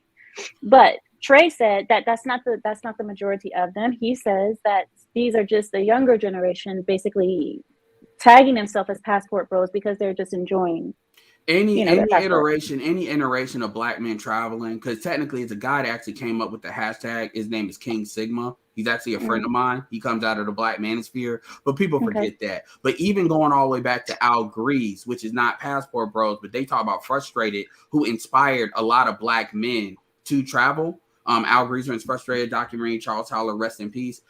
Black men are diverse. There are guys that, they're looking for traditional relationships that can lead to marriage. But a lot of those guys were older men, and those guys already did their time. They already raised kids. And they say, I'm not about to go in another round of being a stepfather. I'm about to actually do something for me. So they already raised kids. They're already married. They have kids, So this awkwardness, that's not in there. And then as you saw, I'm 36. So as you saw, like, let's say the middle generation versus like Austin, who's 23, which that's what's relatively new. The middle generation were more trying to get black men as to the awareness, because we travel less than anybody else in this country. Like traditionally, Americans don't travel in general. Right. So only before Trump got elected, because the numbers jumped after that. I'm not saying that's good or bad. I'm just saying it was like 20%. So 1 in 5, regardless of race. Black people were at the bottom of that. And what a lot of people don't talk about is our women actually travel more than the men. Black women beat us by a couple of points when it comes to traveling, versus black men are the ones that typically are the homebody, staying at home. It's against whatever. It's just not in our culture to do so. They're working, building and stuff. There's some dudes that are building, but that's not why they don't travel. That's not, nobody travels because they're just running away from something. And most of the guys that do travel are not expats. Here's my point. My point is black men want to be with black women. Kevin Samuels proved that with how many dudes actually rallied behind him. However, if it's a decision of having children, getting what you want in a relationship per the value you put into one, then black men are looking for other things like intercultural dating. This goes into why we tend to go to certain Latin American countries. The Asian thing, there's an answer for that. But my point is black men travel for a variety of reasons. Like there's a dude, take Austin, for example. Austin could travel right now because he's in his 20s and be just living his best life. And then when he gets in his 30s, he may switch. Just like men in general tend to get more serious down the line as they get older. But that's what Trey said. That's what Trey was saying. Yeah, he was saying that the younger would start. But everybody knows this. It's only with black men this becomes a problem. Every culture. I'm gonna say not this. every passport bro is a black. I'm not done. Every culture. Yeah, but that's new. That's new. Can I tag team? It's not a race thing. Can I tag team on what you're saying, Ed? Traditionally, passport bros have been associated with black men. That's relatively new that you've had other people associated with it. I appreciate that. I don't think it just should be black men, but in the beginning it was created by black men. So when people are saying it, I assume they're talking about black men. That's why you never hear passport bros that see a non-black man thumbnail. I challenge somebody to go show me that. Can I piggyback what you're saying, Ed, real quick before we get too far? When you brought up the whole marriage thing, and you see a lot of the queens mad, a lot of the B-dubs mad. You even got, white women mad, Asian women mad, West American, like the sisterhood of all shades of melanin are coming together right now, because what's happening is the stepdad pipeline is being messed up. And I coined that time way back. If anybody else says it, you got it from me, the stepdad pipeline. What's happening is you got these dudes that were considered lame in the past, even the younger dudes. They were considered lame, and basically, and especially in, what black community, whatever that is, my dad fell victim to this. Travel, do all you got to do, serve in the military. You're single in your 30s. What you're going to do now is marry a baby mama. You're going to marry a woman and you're going to help take care of those kids and be a stepdad. Now these younger dudes are waking up and they're like, hell no. Dudes are even saying, I'd rather go marry a Colombian baby mama before I marry. You literally have Steve Harvey, who just said that last week. You literally have Boyce Watkins and Dr. Umar Johnson who have all said that. See, there's certain things that are you gotta. What the reason? Like for instance, can I just really quickly before you? I know you're gonna go in, as they say. You're gonna go in, but give me 1 quick minute. G Money, thank you so much for bringing that up. G Money says, if sex tourism is such a problem, why isn't she talking about wild girl trips to Jamaica? Give me a second. One topic at a time, but I'm getting there too. I'm gonna get there. My argument too is, I believe black women. I'm for black people traveling. You haven't heard any passport person say, well, women shouldn't travel. Like I've literally bought some of my younger cousins that are females passports, like 3 of them to 2 of the brothers. That's who came up to be 18. But women can't travel like men. You know that women cannot do the same thing. What are you talking about? What do you mean they can't travel like men? Meaning men can travel by themselves. They can go to different countries and have sexapades. Women cannot do that. Where they're not supposed to. They have been doing that. I've seen it, but you shouldn't be doing that. Like Ameera, milk bottles have been going over there since before you were born. There's certain places women can't go, but black women can go in the black diaspora, which is Africa, the Caribbean, because they do, and they follow in behind white women. Any sex tourism spot that you see black women in, a white woman paved the way for that. Whether it's but what I'm saying, it's not about You talking about the danger factor? Yeah, the danger. I'm not talking about race. It's not all about race here. I mean, maybe for you it is, but for me, I'm talking about. The reason I say this is because I'm giving a historical context. It's different cultures. Like even though there's similarities, we all come out of even within the black community. You have Southern culture because I'm in North Carolina, but I'm from Chicago. You have West Coast culture, so I'm thinking with more a cultural thing versus a racial thing. But even within that, even amongst the genders, black women operate under a different culture standard than black men operate under. This is why for them, they can travel and then have an issue. Like they have these girls trips, they have this sister, even girls trips of women that are married.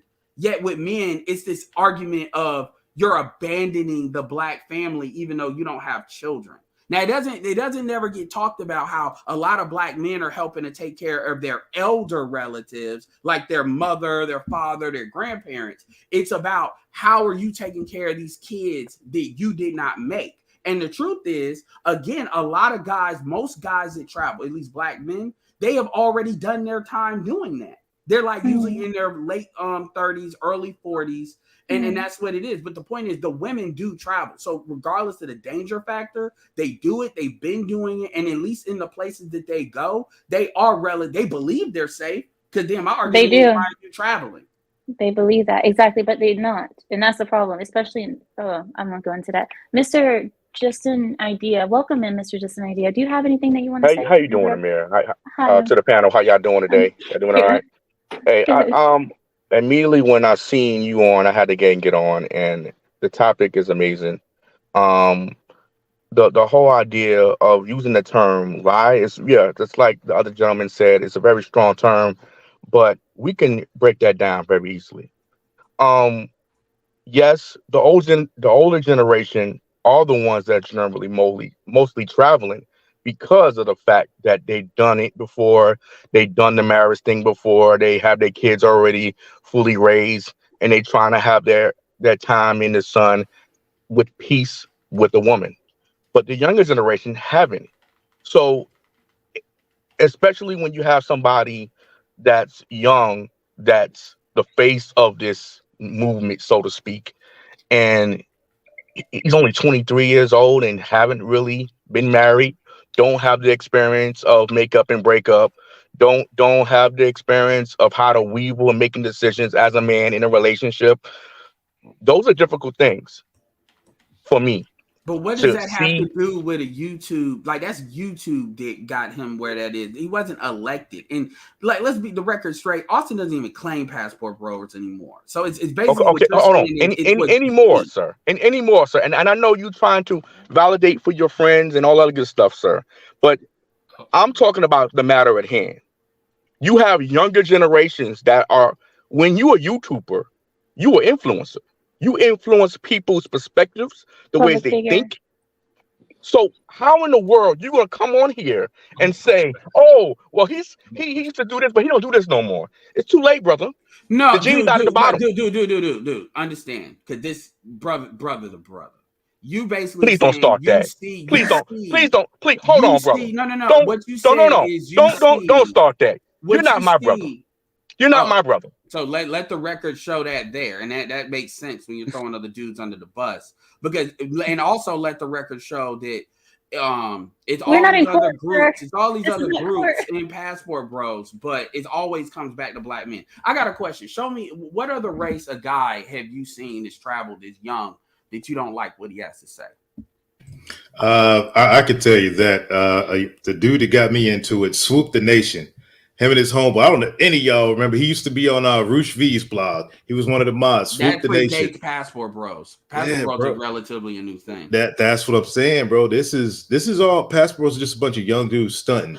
But Swoop the Nation, all those guys, Roosh V, man, they were hated, man. Well, the topic is I know I hear what you're saying. Yeah. It's just the topic, like Passport Bros were liars. Not all men that travel are liars. But see, that's why I'm bringing that up. You know, these guys, it may be misleading, friend. Yeah, but these guys, nobody's not calling them total liars. I mean, it's misleading. That's what the title is. Yeah, but it's misleading. I mean, Ameera said that was her opinion, to be fair. I'm not like putting words in her mouth, or am I? No, of course. Nobody's putting words in anybody's mouth. I mean, it's meant to start a conversation, but still, that's what I'm arguing. If you want to say disingenuous, I don't even give you that, but I can understand that. The point is, Passport Bros existed before Austin Hollerman. The reason Passport is just a hashtag, just like Black Lives Matter is not representative of every black person. So it's and you've seen what happened with that, right? But it's a hashtag though. That purpose of a hashtag is for people to click on it to find other channels to use it. And you see what happened with that, right? Okay, don't you think our community had enough of hashtags and all that good stuff? Shouldn't we hold on? I'm a marketer. Now, hold on. If the purpose. Give me 1 second. Let me, Mr. Edward, let me moderate just really quickly because we have another person. You guys are going off topic. You guys are going into cultural topics that Mr. Name 10 Books, how are you? Do you want to add anything to what everyone else is saying? I mean, it was going well. I mean, it kind of smoothed out. I just didn't like the race talk. And that's kind of where I was just like, just kind of, waiting to attack. Attack what? Attack who? No, not attack anyone particularly. It's just, the whole, I just don't like that white and black and all the other talks, like, like I get it. We're supposed to be past that, and yet we're still talking about that. And it's nothing anyone in particular. It's just, I got in a fight with my friend recently about that kind of shit, and it's just like I'm so sick of hearing it. It's like, dude, it's annoying, and it kind of says a lot about another person's character, to be honest. But I'm listening, and I'm enjoying the chat. Do you think that most of the world is not about race? Do you believe that people don't really judge you on your race? No, I think everyone does judge you on your race now, because it's cool and it's hip and it's the thing, It's always been that way, no? Name 10 Books. It's always been that way. Yeah. No, it hasn't. It's as old as the world's oldest profession. Look. The race thing is this. The race thing is a feminist point. It's feminist and it's Marxist. It's the race thing, especially now, is being polarized by women to control men. If we can keep men at each other's throats, okay, cool. Because the sisterhood, you see with the whole Steven Crowder thing. Candace Owens joined up with the sisterhood just because of what? Oh man, his wife. No, I'll tell you how all this mess ends. When all men come together and be like, you know what? Excuse my language. We're going to go around the world. We're going to smash females and ain't nobody going to tell us what to do. If these young dudes want to go out there and get their rocks off, so what? What y'all women going to do about it? Nothing. If all men came together and said that and dropped all this race nonsense, we wouldn't even be having this talk right now. Here's the like what you the said. argument that I'm having, because I acknowledge that Passport Bros started with certain folks, and there's other folks that came into the hashtag, and I just said that Passport Bros is a hashtag for everyone, and I saw that as a very good thing. I said that. I saw Arter Will when you went on Melanie King and all of that good stuff. My thing is, when I look at these channels, I do see people here and there mentioning passport bros. I'm talking about non-black people in a very positive light. So that is appreciated. That is absolutely appreciated. And the hashtag is welcome with everybody. My argument is, if you look at a YouTuber that has influence, where is the non-black? That's what I'm saying. Because the argument that I hear is when you hear passport bros, that's why it's called. That's where the bros part comes in. You know, I see it as an attack on a specific group. Because I don't see other YouTubers like, and that's why I said with the thumbnail. He has a point, though. He does have a. He has a point. Never thought of it that way. I'm not talking about you. I'm talking about when other people collapse on it. Yeah. You know, I feel like that's a lot of black women hating on black men that they couldn't get because of whatever hypothetical or whatever the scenario may be, and they're mad because those black men are going to other women and breeding with other women. Well, the thing is, it's funny because I'm actually starting to see, when you look at TikTok and stuff like that, no matter what group it is, you see other groups say the same thing. Like I've literally seen, you know, TikToks of Asian women and white men where it'd be a white woman saying the same stuff that black women will say about black men as far as why they're going over there, and then they'll say, "Oh, this." So it's not just it. This is about leverage. At the end of the day, men have we're all Americans. We have a right to pursuit of happiness. And the argument is we have this debt that and let's be very clear here. This isn't like you can frame it as an American thing because like they said the red pill is being watched by the FBI and all of that. That's not one group. And so the argument is that men have this obligation to women and women don't have an obligation to men. That's the problem in the United States of America. Hold on, somebody's mic is frizzing up. I don't know who that is. Do you hear it? Do you hear it too, Edward? When you speak? Yeah, I hear it. So I hear it. So my argument that I'm saying is I'm for everybody traveling. That includes women. Now this argument that women need a chaperone, well, you know what? There's plenty of channels that have women and men husbands traveling. Yeah, I just see that. You know, couples traveling. So my thing is, if you want a man, go get one. Because remember, there's more black men. Name 10 books, please. I'm muting you for a reason because whenever people are talking, your microphone, I don't know what's going on with it. Okay. Name 10 books. Yeah, and I'll keep it short. But my argument is, we have these disingenuous arguments about do we have to travel in order to we have to be looking for marriage and this and that, and that's what people are saying. I don't know any notable YouTuber that's a passport bro, regardless of race, that actually is saying I'm traveling for the purpose of getting married. Now, do they say they're traveling for sex tourism? No, but they don't say that they're traveling for the purposes of finding a wife. Now, typically what I've seen, Edward, can I respond to you? Because I know if I let you go, you're just like Marty. It's going to be the Edward show. Edward, let me ask you something. The reason I said that is because when I've seen the passport bro ideology being mentioned, the reason why passport bros say they do what they do is because the women here are not traditional, not feminine, not ladylike. They're fat, they're masculine. I already said they're not feminine. You understand the reasons behind it. So if the women are traditional and so on, then why would you go there just to treat them as any other American woman and bang them, as Trey said, they'll smash them and then come back here? You know what I mean? Wouldn't you treat them like a traditional one? Two things can be true at the same time. I mean, the thing about it is men didn't have sex. Men didn't have sex. They didn't sex these women into feminism. That's what that sounds like to me, that like the men did this and feminism is a reaction. Just like how other groups, that's not what I was saying. Okay, cool. But what I'm saying is other groups globally, when they go to other places, like even places that traditionally have traditional, I've literally heard dudes say that they have sex with other groups of women in order to not run the body count of their own women in the United States. Like that's a tactic. I've never seen that. I have. Dearborn, Michigan.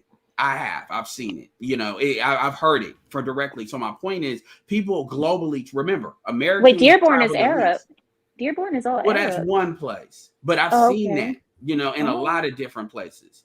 And so my point is, people travel traditionally for a variety of different reasons. Americans travel the least. So this idea of, well, the women are good here, like for instance, in Europe, the paternity fraud is off the charts. Like in the countries where they're happy. Like the Nordic countries, Sweden and them, they have higher numbers than we have here. So that doesn't necessarily mean anything. Dudes, when they're in their 20s, what do we hear? Boys will be boys. That's always cool until the brothers do it. Now all of a sudden we have to have a committee hearing. But any Can other I ask? dude, I'll tell you anybody why. else on the panel? I'll tell you why that is, Ed. It's because, you know, the brothers, the younger cats decided to flex with it, man. They decided, okay, we're going to put it on the internet. You know, you got young dude, the video that went viral with a cat in Cartagena in the walled city talking to freaking pros up there. Oh, man, look at these beautiful Venezuelan women. Man, you talking to pros, and you got a video that's going viral. Every dude that travels that has some sense, every OG that been in this game, like, dude, why are you up there flexing because you're talking to a pro? Of course she's gonna stop and talk to you. She's trying to get paid that night. Black men have the same mentality when they The interracially Asian date in the United States too. Don't be Bro. loud about it because other groups are gonna get angry in the United States. Where It's not angry. supposed to be fine. No, I'm No. just saying. Here, hold on, real quick, Ameera. Here's the thing, bro. Men get mad. Men get mad because now here's the deal, bro. You blowing up the spot, and dudes that do this. Dudes go over there, and because of these dudes putting stuff on the internet, it's blowing up the spot. Then they gassing it. Hold up, bro. Hold up.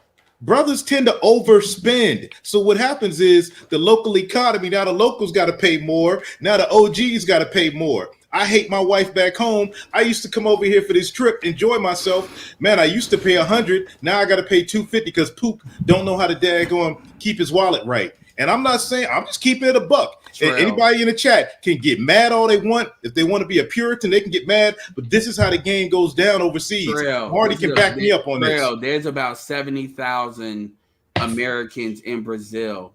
They're almost like 2%, 3% of that is black. Like, bro, what does it got to do with race, bro? No, my point is, it's not that many brothers traveling. Who's flexing? That? Like, who's flexing, bro? You remember, hold on. What you just said was that it's the men. You're not talking about black men spending more, bro. Like, I'm talking, yeah, bro, yeah, exactly. So yeah, they are. Okay, then. So we're talking about a specific group of men doing it actually, because that's what black men are known for. To be fair, Nigerians are known to do that too. And the truth is, overseas, you got a couple of dudes on the internet on World Star. The reality is, when you look at general YouTube, like the passport bro thing is a very small thing in the travel community in general.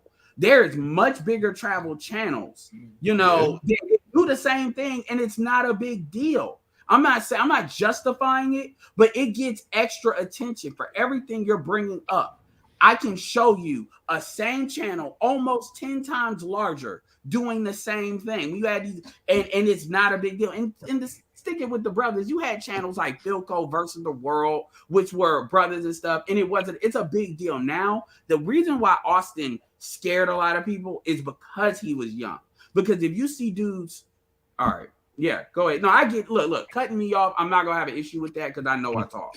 So don't feel bad. Okay, I don't want to be rude. I got a question. No, so it's fine. So yeah, I just I got you.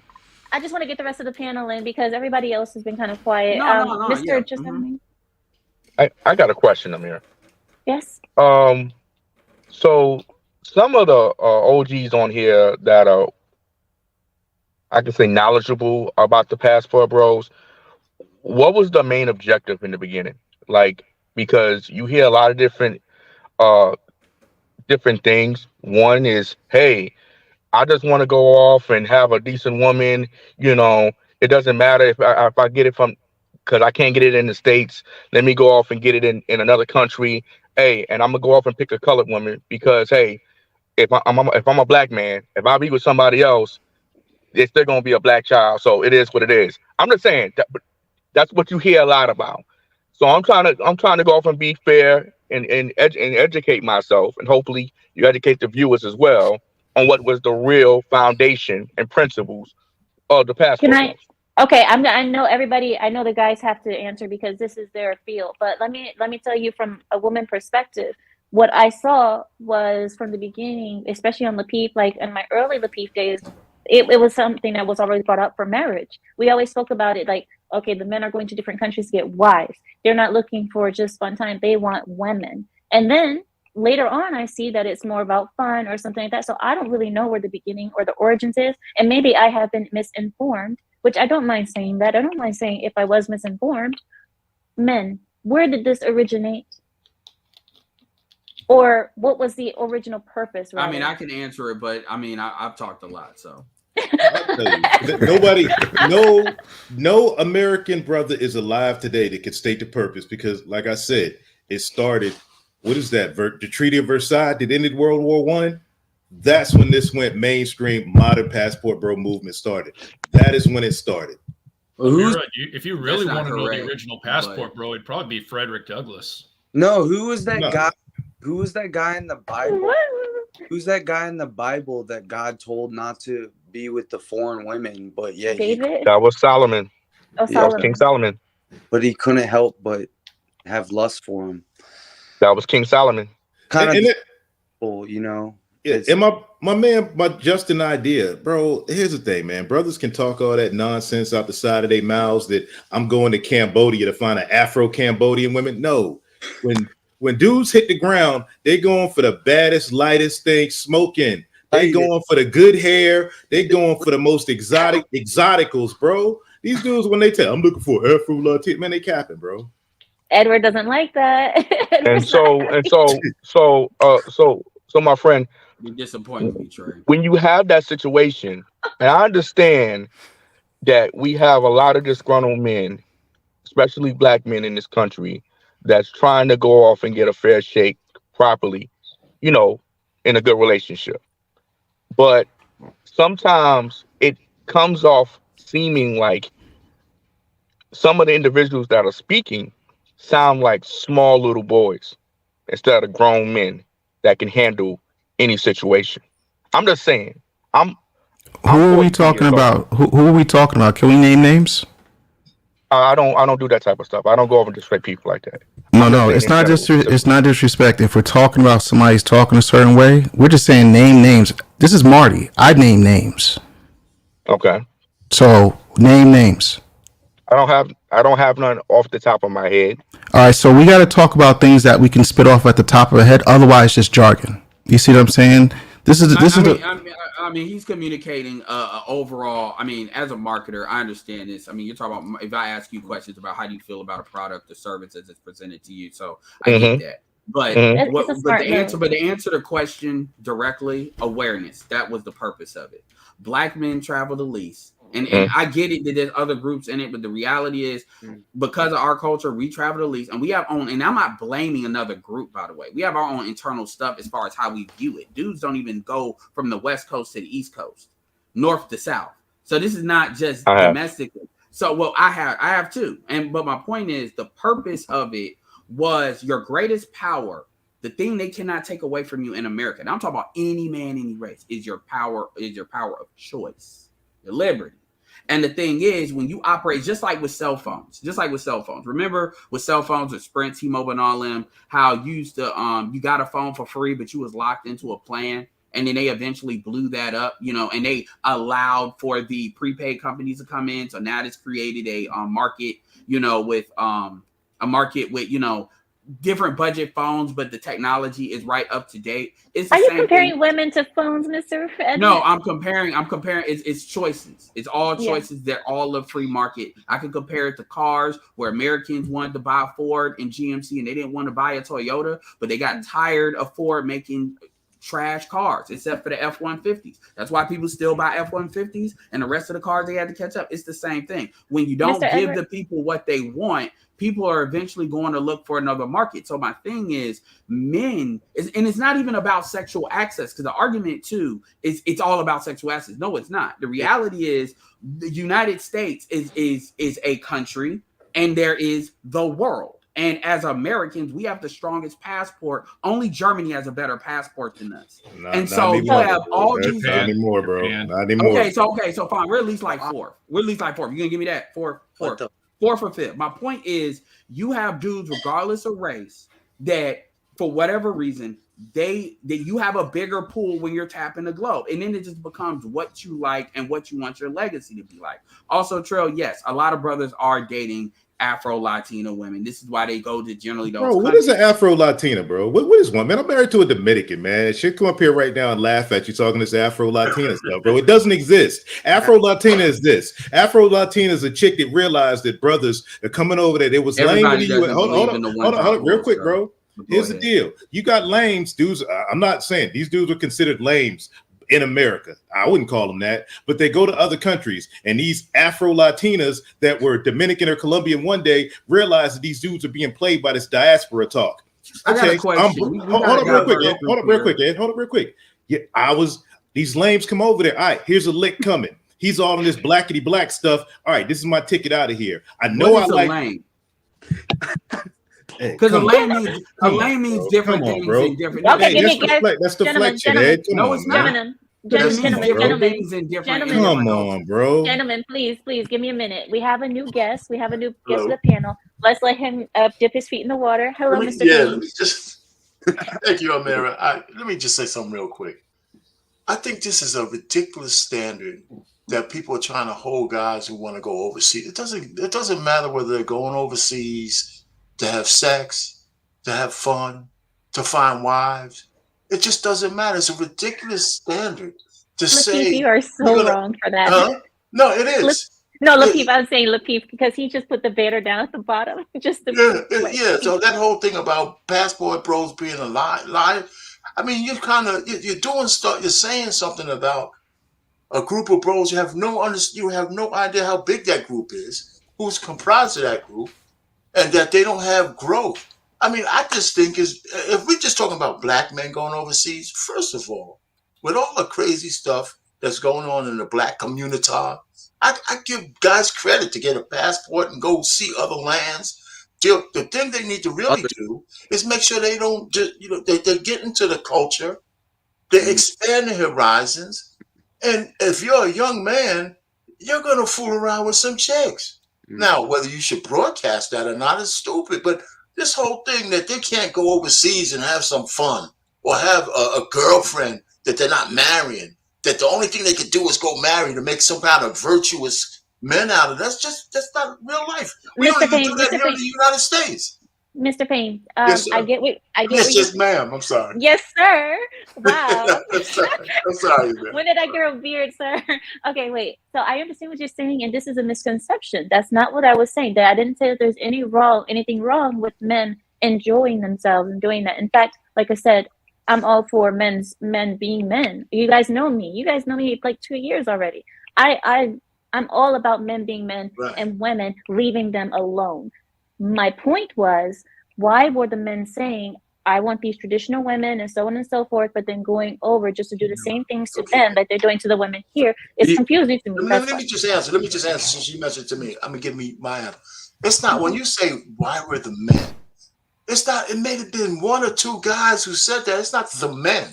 Most of the guys who go overseas ain't saying anything. They're not putting a definition on why they're going. They just want to go because the women in the West have proven, some of them have priced themselves out of the market.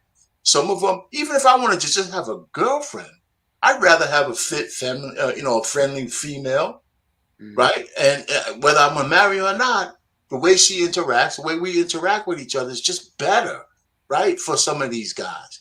So this whole notion that they're going over for wives and that's what they said, who's they? It's some kind of thing that's perpetuated in this damn little fishbowl, or what we call it, the echo chamber of YouTube. Most of these guys, anonymous. We looked at Austin Holloman, but let me just use his name. And when he went to Brazil, he made some fundamental mistakes on what he did. But if you look at him now in Tanzania, you can see the growth in the brother in terms of what he did. So all I'm just trying to say, I must just land it there. I just think we grouping these guys and making these judgments. It doesn't make any sense. And the black women, and I'm gonna say this to black women out here, so you don't have to take this one, Ameera. The black Somebody women, leave my daddy Trump alone. The black women who try to crush these guys are doing it based on their own motivations and their own, whatever it is, and it's not right. Because when the sisters go overseas, there ain't no doubt what they're doing.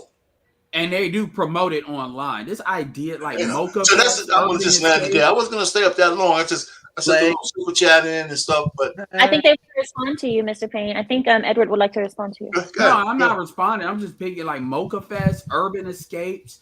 This idea that it's not promoted, you know, the women don't. Yes, they promote it. It's just, people are not going out of the way in women's business. And it's not just black women. Again, also, for y'all that are not black, the reason I talk is I can talk from a black man's perspective. I'm not going to talk from other groups' perspective. That's You're not American, really in my bro. lane. You're American, bro. Well, you're a man, bro. This is about men and this is about Americans, bro. It ain't about black. But everybody men, has slightly different reasons. Everybody has slightly different reasons. Like, no, bro, it doesn't, bro. You a nigga from North Carolina, bro. That's all you is, bro. Dude, that's I'm it. from Chicago. Man, you a nigga living in Raleigh, bro. That's it. That's it. Like, why are you trying to make this personal? I'm not making it personal, bro. I'm saying you sound like a straight payaso talking about, oh, this is black men, black. No, bro, this is American. This is male agency. Yeah, as soon as you sound like a clown, bro. As soon as you put, here's the thing. I'm a clown. Hold on, bro. Ed, as soon as you put the race into it, the women got you. These women got you exactly. The feminists are like, yep, we got him. He gonna do exactly what we want. That's it. As soon as you put it in there, like I said, bro, race it cancels out all your male agency. We got men up here saying, all right, let's get together like men, and daggone handers tell these women, cut it, it's done, over with. Nope, no, but black men, we get hated on because we travel. And guess what? Don't go overseas talking about I'm black. No, dude. I don't care. You're American, bro. Blue passport. That's the rules today, bro. Let me know when you're finished. Can I be Hurricane tonight? Can I be you tonight, Ed? Can I go on and on and on? Can I play your role, homie? I'm just saying. Let's give him a chance to respond. Let's give him ahead, man. Sorry, Edward. You got a lot of dudes that are uncomfortable about the race talk. I'm not. I'll say it what it is. And just going back to what Ameera was talking about too, as far as why did those guys lie to you? It's because they're weak. See, they didn't want to say it direct. This is what it is. This is what the situation is. This is why we're doing what we're doing. What they did was they sold a line that, by the way, had nothing to do with race. They sold this line that we need to find wives because I don't want to say that I'm just out here. I'm doing me. Black women are allowed to do you shouldn't have answered the question. Country. I'm not you talking. Said anything. Yeah, that's true too. But they did, and so that's my response. And so, and whoever they is, when you look at the Lapeef, Network and the audience that come over there, these are not the most direct brothers. These are not brothers who's gonna look and say, "Look, I'm doing this for this reason." What? They gotta be right. They gotta have a moral superiority with it. I'm doing the moral thing, and to be fair, you had dudes on the network that are married. But as far as the dudes that came up there represent Passport Bros, it's as diverse as Americans are. People's motivations are diverse. People are in different spots in their life. Like, for example, when I first started traveling, I traveled because of the corporation that I worked for. I helped set up call centers. It wasn't because of women. It wasn't because of that. A lot of guys have traveled because of the military.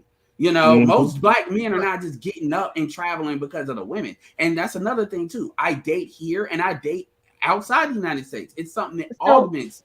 But it's these, but what happens is dudes have to argue these, oh, I'm not a lame, oh, I'm not this, oh, I'm not that. These things that have no meaning overseas. What women consider lame in the United States is not predicated on being lame overseas.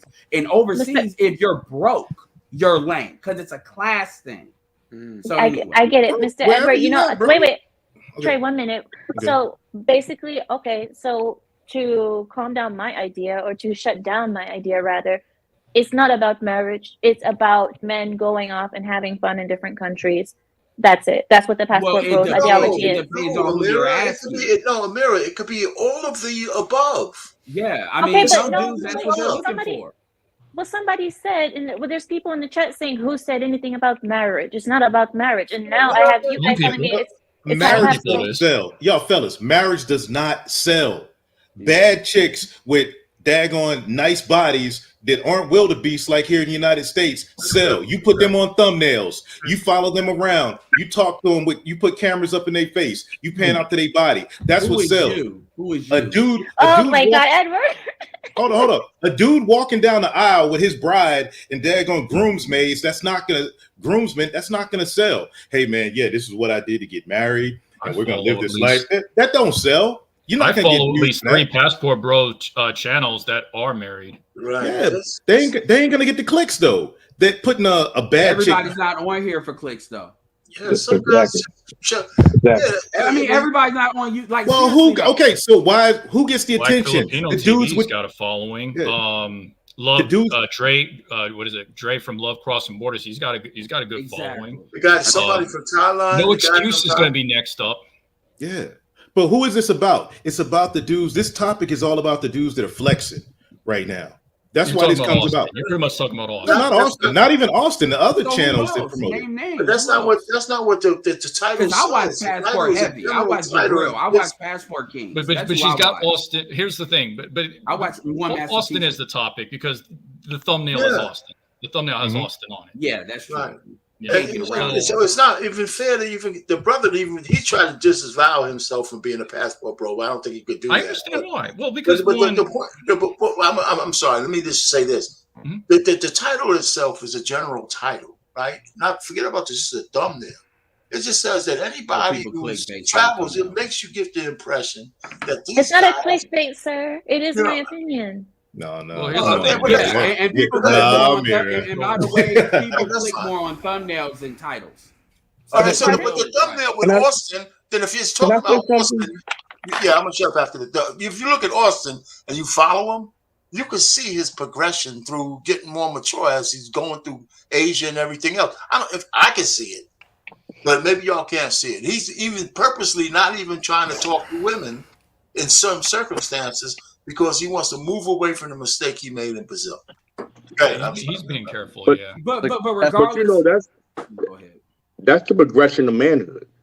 Yeah. You start off immature, you doing things because you want to do things, and as you grow and you learn and you see new places and meet new people, you start to develop and take knowledge. And I commend the man. I commend Austin for the change. But the way I'm hearing but- is but- dudes are but not what allowed I'm- to have that growth. hold on, Mr. I feel a One little second. bit of I just want to go up and say that when I hear on here some of the guys that go off and just totally want to go off and just degrade the women. Ameera, you all right? Yeah, you all right? Yes, I'm sorry. Oh my god, I'm not muted. I'm sorry. Sorry. Well, Okay. we're just worried about you. That's all.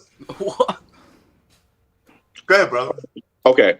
But like, for example, I know some of y'all may have children. Some of y'all may have sons, some might have daughters.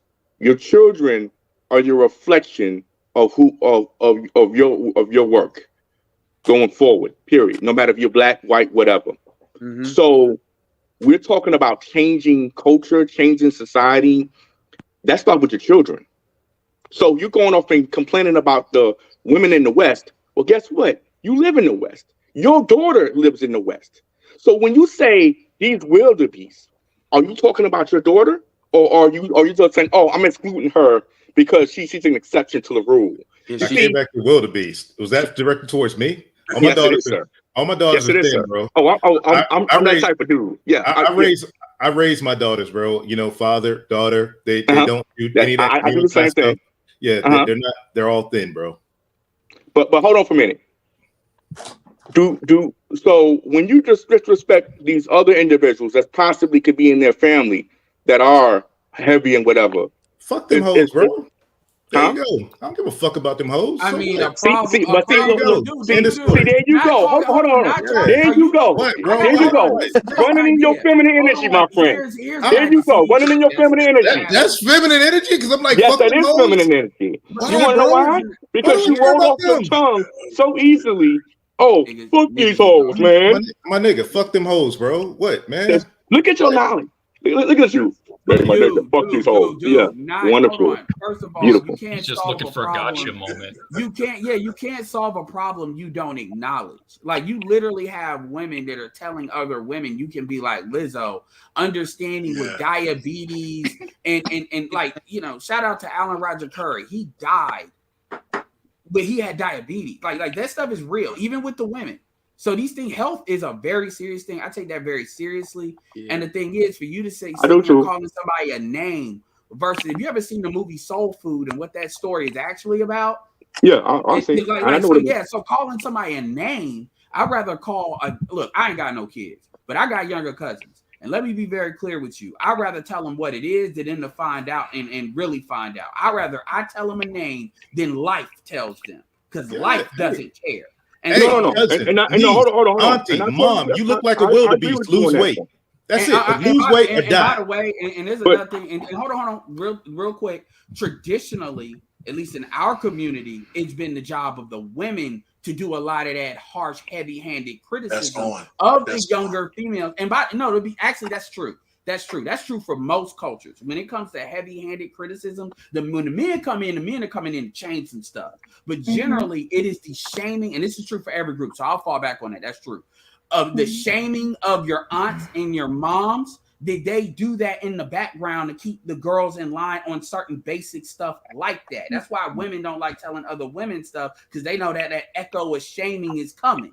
You know, are you getting married? Are you having child yet? Oh, you're getting, and then the men just come and there's some complete rechanging that needs to be done. And so my point is, other dudes, that's why we got to be the bad guys now, because we got to say what nobody wants to say, because we don't have that in our community anymore. Shaming is a bad word in at least our community. I can speak to other communities. We don't. Shaming is good, Mr. Edwards. We don't have the men within the households anymore, because majority of the men that are out of the households, right? Are you in your house, bro? Yes, I am. There you go. End of story. You in your house. Look, individual. You're an individual. That's it. End of story. I'm in my household with my lovely 2 children and my wife, friend. 17 years, bro. I'm not no lip dog out here in the street, man. So you saying Mr. Just, you just said though, as a brother called the big woman a wildebeest. One at a time. You just jumped in to try to protect them. One of the things that, whether you're in the house or not, I'm a little overweight, man, but the brothers are unmerciful. They'll call me a fat bastard, like that. But the women have, and society in the West has coddled women to where, especially black women, to where they could be as big as monsters and they look beautiful and tender. Somebody's got to shame them back into that's not the way it's supposed to be. They're gonna start dying. They're gonna start dying early. These women. Mr. Payne, I'm not going off and saying. I'm not saying that we don't need to go off and be a little bit more firm. Like for example, I was raised very old school, right?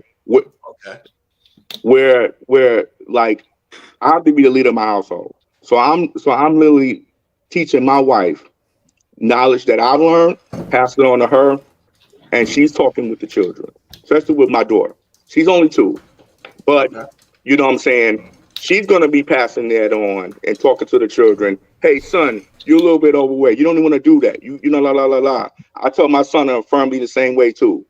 We on the same page. It's all about going off and changing the narrative from within your private part, within your community, so we can spread out. I mean, macro and micro are 2 different things, dude. Congratulations. You picked, I'm not even going to ask, what group is she from? Congratulations. You picked a good woman, regardless of where she's from. But the reality is, good and well. Let me ask you this. Whatever, I'm not going to ask you the race. It doesn't matter. Whatever woman that you have that's your wife, what percentage of women will you say are like your wife? In America, regardless. Okay. I go off and specify her race and everything. So she's a black woman, and within our community, brother, Mr. Edward, America. Yeah. Okay, in America in general. America. Within positive traditional upbringing. Well, when I say traditional, I'm talking about what you described, as in you pass stuff to her. And she deals with the kids, which is a traditional situation, right? Right? What folks would cooperate with that? Because she cooperates with that. Like she cooperates with your program. You all create that as a great team. It's a beautiful thing. I'm saying what percentage of women do you think would operate within that same kind of cooperation level? It's not that. The numbers on that is very low. But situations can change. Remember, we're supposed to be men. We all on this panel saying that we're men. Okay. And accountability starts with us. Period. Accountability for who, bro? Hold on. I'm not talking about. Hold on. We're not talking We about don't them. live in a Hold on, authoritarian We're talking about us. Hold on. Yourself, Hold bro. on. Listen. Let me finish. Because I already know where you about to go with this. Let me finish, my friend. I mean, Okay. you stepped on the landmine. No. It's okay. And I understand that's a very difficult thing for a lot of people. So when I say accountability, starting out with men, right? I am not saying that women don't need to be accountable, because guess what? When my wife is wrong on a situation, I hold her accountable. I hold her to the flame. But guess what? It always still ends up with me. Maybe you need to teach me because hold on for a minute. Hold on for a minute. Because we have a female here on the panel. We have Ameera. Ameera, let me ask you a question. Yes. So if if your husband decides to go off and say, you know what, I don't want to I worked 15, 20 years, I don't want to work no more. I know we don't have enough money within savings, but I don't want to get work no more. And y'all go destitute. Whose fault is that? Is it his? Or do you say, oh well, it is what it is? Well, of course, it's his choice. It was his decision, so it's his fault. Yeah, but does that choice affect you, because you his wife, right? But you see, women are not a representation of their men. I'm sorry, women are a representation of their men, but men are not a representation of their women. Does that make sense? This is why I said women are property and women are owned by their husbands, whether they like it or not. You are his property because you represent him. He does not represent you. But what if they don't like, what if they just always complain? But here's a red pill phrase. What if you're not good? It's never enough. You say that the woman represents the man, but that's why they say 63% of people between 20 and 30 is single. That's where the first part of accountability comes in within manhood. But what if we're owning? You're the one that's choosing that woman. I don't choose that woman. Yeah, So but you if said a brother chooses a wildebeest, what does that say about him? Yeah, you said it yourself. Okay, sure. That's easy. I can answer that question. I am misogynistic. Yes, that very shows insecurity. That shows insecurity. That shows insecurity. So if you marry a woman and she's thin, and all of a sudden she has a kid, spits the kid out 5 years later, she turns into a wildebeest. If you don't check her, put her in the gym, freaking tell her she only eating carnivore, vegan, or whatever, some low carb diet, and she blows up to the wild, that's on the man. I'm looking at him like, I ain't looking at the woman. I'm looking at dude. You couldn't check your woman. I'm looking at that father. If his daughter doesn't have any kids and can't get married, he's stuck with her in his house. I'm looking at him. Damn, bro, you should have took the fork away from her. But what a lot of folks don't take into consideration in countries where this is more of the norm, the whole state and culture backs the men on that. Remember, America is a very large, diverse country. You have other, in other countries that are smaller. You have some countries are 7 million deep. Some countries are 100 million deep. There's culture and tradition. America does not operate even amongst real talk. And we're going to keep it American here. The 10 years doctrine, which is an American law concept, which is what actually switched, where the women were the ones to have the children. It used to be the children went through the men. And over time, and I'm talking about 150 years, they removed that. And so now we have what we have, regardless of race. Past shout out to divorce court that featured white men getting completely took by the system, and how lawyers by the family court, and how lawyers actually get in these women's ears too, and to liquidate the estate. So my point is, other people go through stuff. So absolutely. So my point is, that's a state thing. That's a state thing, and that's a culture thing. And so we have corporations that really influence a lot of that. So when we sit there and say, yeah, it's on the men as far as the picking side, you're right. It's on the men. Now, if you pick and then a woman just wants to turn into a rebel, that's a little bit different, because the thing I would ask is, what consequences other than abandonment can you really levy on that woman in the United States? Checking her into words. There's safety. So can we circle it back to the topic then? Wait, can I ask? I want to ask Edward a question. I want to ask Edward, since you brought this up. I know you guys want to go back. We can go back, but you brought up the question: what are the consequences that a man can levy on his woman in the West, other than abandonment?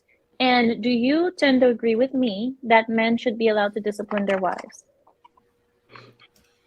define discipline. Yeah, and, Wait, like wait, and no, how no, no, far. no. Wait, I'm asking you No, for this because Admonish. I'm let asking. the No, record. wait, please. No, Edward, you are not in court, sir. You don't have to let the record show. You live in a I'm not the country that doesn't even let you Let's be discipline honest. your. No. But Amir, I'm gonna answer We're your gonna- question, but I I want wanna to keep hear in your mind the answer.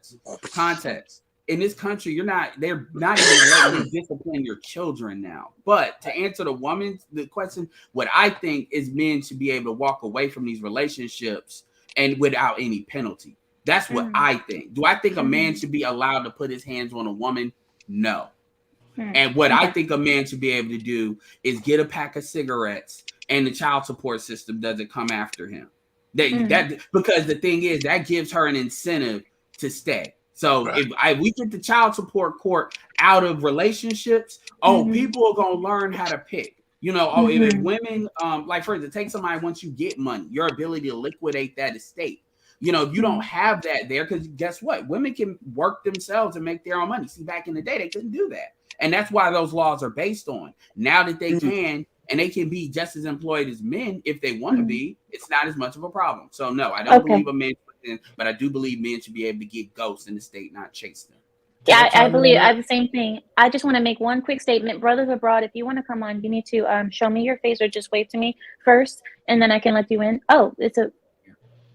Because keep in mind, you know, men, all daughters have fathers. So I'm co-signing putting your hands on somebody's daughter, and then does he have the ability, because that's in his tribe, to deal with you the way he needs to be dealt with? See, that opens a lot of problems, even from a legal standpoint. But me personally, no, you should be able to. Well, that also is because of the culture that we have now, where it's like there's no reason to ever touch a woman. It's different. I mean, and our culture is very different. And our culture is very different. I also believe the should go to the man too. Like, hold on, real quick, Ed. Here's the thing. It's not here's the thing. In the U.S., right? You're telling guys don't travel abroad. We're telling guys, oh, stay here, suck it up, deal with it. Oh, these guys, they're passing laws because a couple guys want to go over there and trick and got themselves in trouble. But let's look at what you're saying. You're saying a woman could punch you in the face, stab you in the back, and you can't turn around and knock her the fuck out. You're saying you can't defend yourself. You say there's no reason you should daggone put your hands on a woman. Not even self-defense. That wasn't her question. Hold on real quick. Now, let me take it a step further. Not you, Mr. Just an idea. Just Edward. At this point, besides the whole self-defense, you can't literally call your woman. Like I said, I'm saying this wildebeest stuff. I can't tell my wife that and maliciously, because if my wife decides, okay, I'm getting a divorce, no fault divorce, why? He was emotionally abusive. He kept telling, well, you know, the judge isn't going to say, well, ma'am, you are fat. What's going to happen is you're emotionally abusive. Give it up. Give that money up. Everything you paying it to your wife now.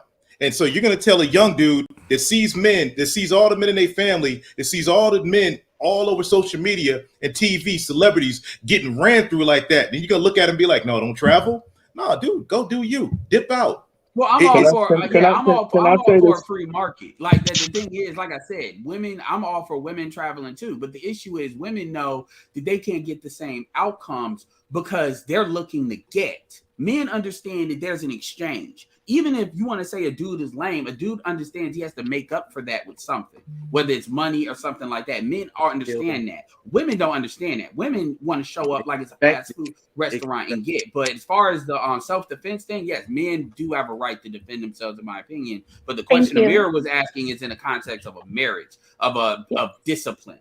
Yes, and I wanted to bring up the next person because we do have a new person on the panel. Hello, Lapeef. How are you? How you doing, JR? Good day to you.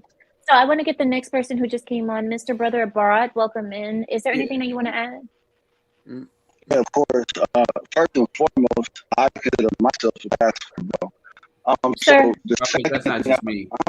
Sir, your mic is very bad. Is there a way that you can get a different mic? Yeah, so I'm a bow out. I said enough. Okay. I'll wait for you, Mr. Abroad. If you can get a better mic, then because we can't understand what you're saying. It's like cutting. It's very choppy. So let me just, while you get that together, let me just kind of add a couple of things. So listen, I have to go too, but one of the things about the passport bros, I mean, I understand that we have some issues, or it's easy to paint a broad brush around on a lot of stuff. But there's some reasons why men, not just all men, want to leave the United States or leave the West. Because women in the West, have been, ravaged by feminism, which is spreading around the world. But in the East, though, the women tend to be a little bit better in Asia, some places in Africa, and all that kind of stuff. I mean, so I don't blame the brothers, or when I say brothers, men, for leaving to find fun, to find sex, to find potential marriages outside of the United States. And just to come back in the United States, in the Black community, I'm going to say this. One of the reasons why our women are so fat, and I'm fat, my wife gave me a little bit of pass, but I lost some weight. I'm losing some weight. But one of the reasons why our women are so big is because Black men, our standards are so low. That's exactly what I was trying to mention.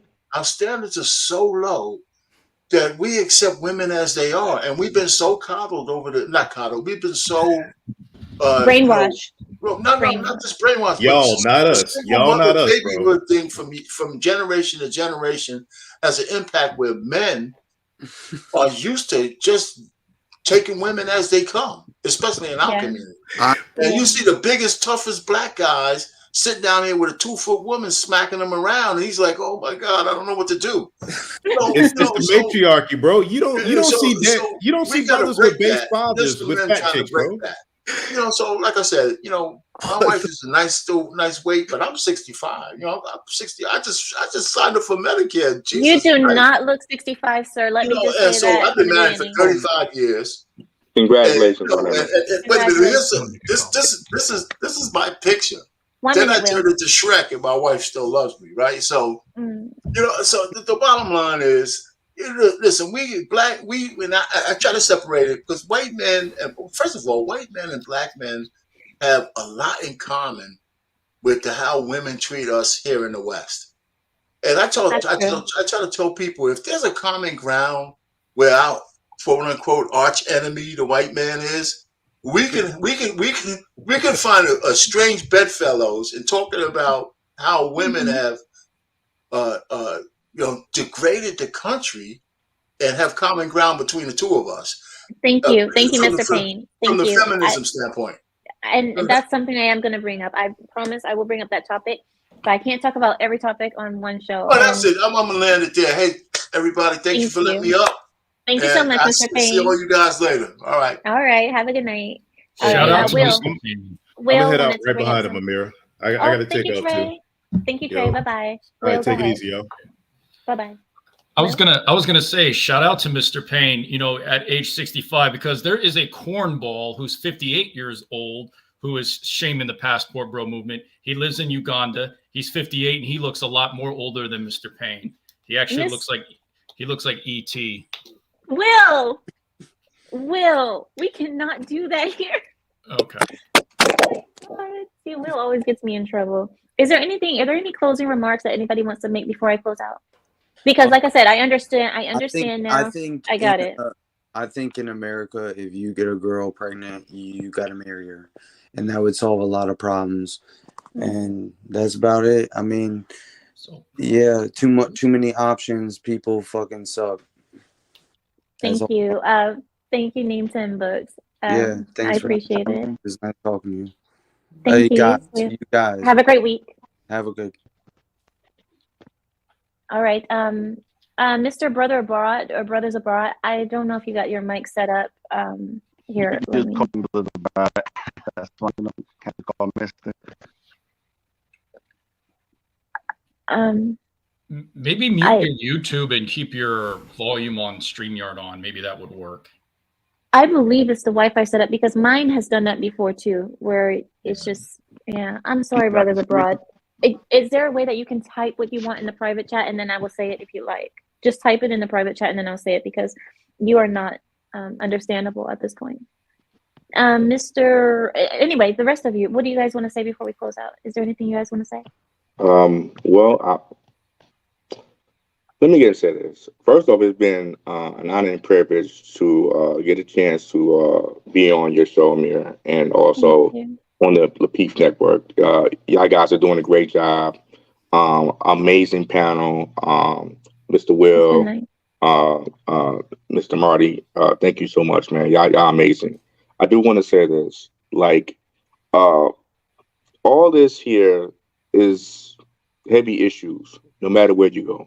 You know, getting into relationships, finding the right people, you know what I'm saying? And as a collective whole, I think instead of just going off and hitting on the negatives, we also can look at the negatives and go off and turn them and also get to the positives on situations. And so, like, far as with relationships and the passport bros, I think a lot of them, the younger ones, not the older ones that have already been married and gotten through divorce and seen the bad side of marriage. We're talking about the young generation that's going to be living the legacies way past us. We need to go off and find a better perspective on how we do this. Because, like, I understand the women here in the US are really, really bad. They're doing some bad stuff. You know, they listening to this Lizzo culture. They're listening to this, you know what I'm saying? You know, all this crazy nonsense about I'm not gonna trust a man, I'm not listening to him, stuff like that. But then here it is, and you look back, you ask them, hey, was your father there? No. Who's raising you? Who's showing you the guidance? You know what I'm saying? I'm here. I bet you, like, you had your mother and your father both there, and you have ultimate mad respect for your father. Some of these women don't even have respect because there was no real man besides the guys that's coming in that's want to go off and pump and dump that came into their lives. And I'm not trying to excuse and say everybody's in that bubble, but at the end of the day, us men, we have to change it. The senators that makes the laws that hinder other men, these are men. These ain't women. So if we want to change it, we need to go off and get in these positions, men, and take over. That's all I got to say, brother. Amen. You have a good one. Thank y'all so much. You have a good one. Thank you. I love I mean, this is probably the second time it happened, but you know, some of the guys call me sir or bro. It's kind of strange. It feels so weird. I've never been called that before. So, Mr. Brothers Abroad, did you figure out your mic situation? Yeah, can you guys hear me? Wow, wonderful, wonderful. Yeah. Okay. The first thing that I want to say is I am a passport bro. And to answer your question directly about why are men going overseas and treating those traditional women like the modern women when they come back, right? Well, I would just say, in general, when it comes to a lot of the brothers overseas, right? It is a big fantasy. That is the initial reason why a lot of them go. Not the only reason, but the beauty of the woman, okay? And I'm going to be very clear in this context. The beauty of the women is the initiator of why a lot of these brothers are going overseas. But once they get there and once they have these relations or these good times, I would say, and they stay there for quite some time, of course, you see things in the culture.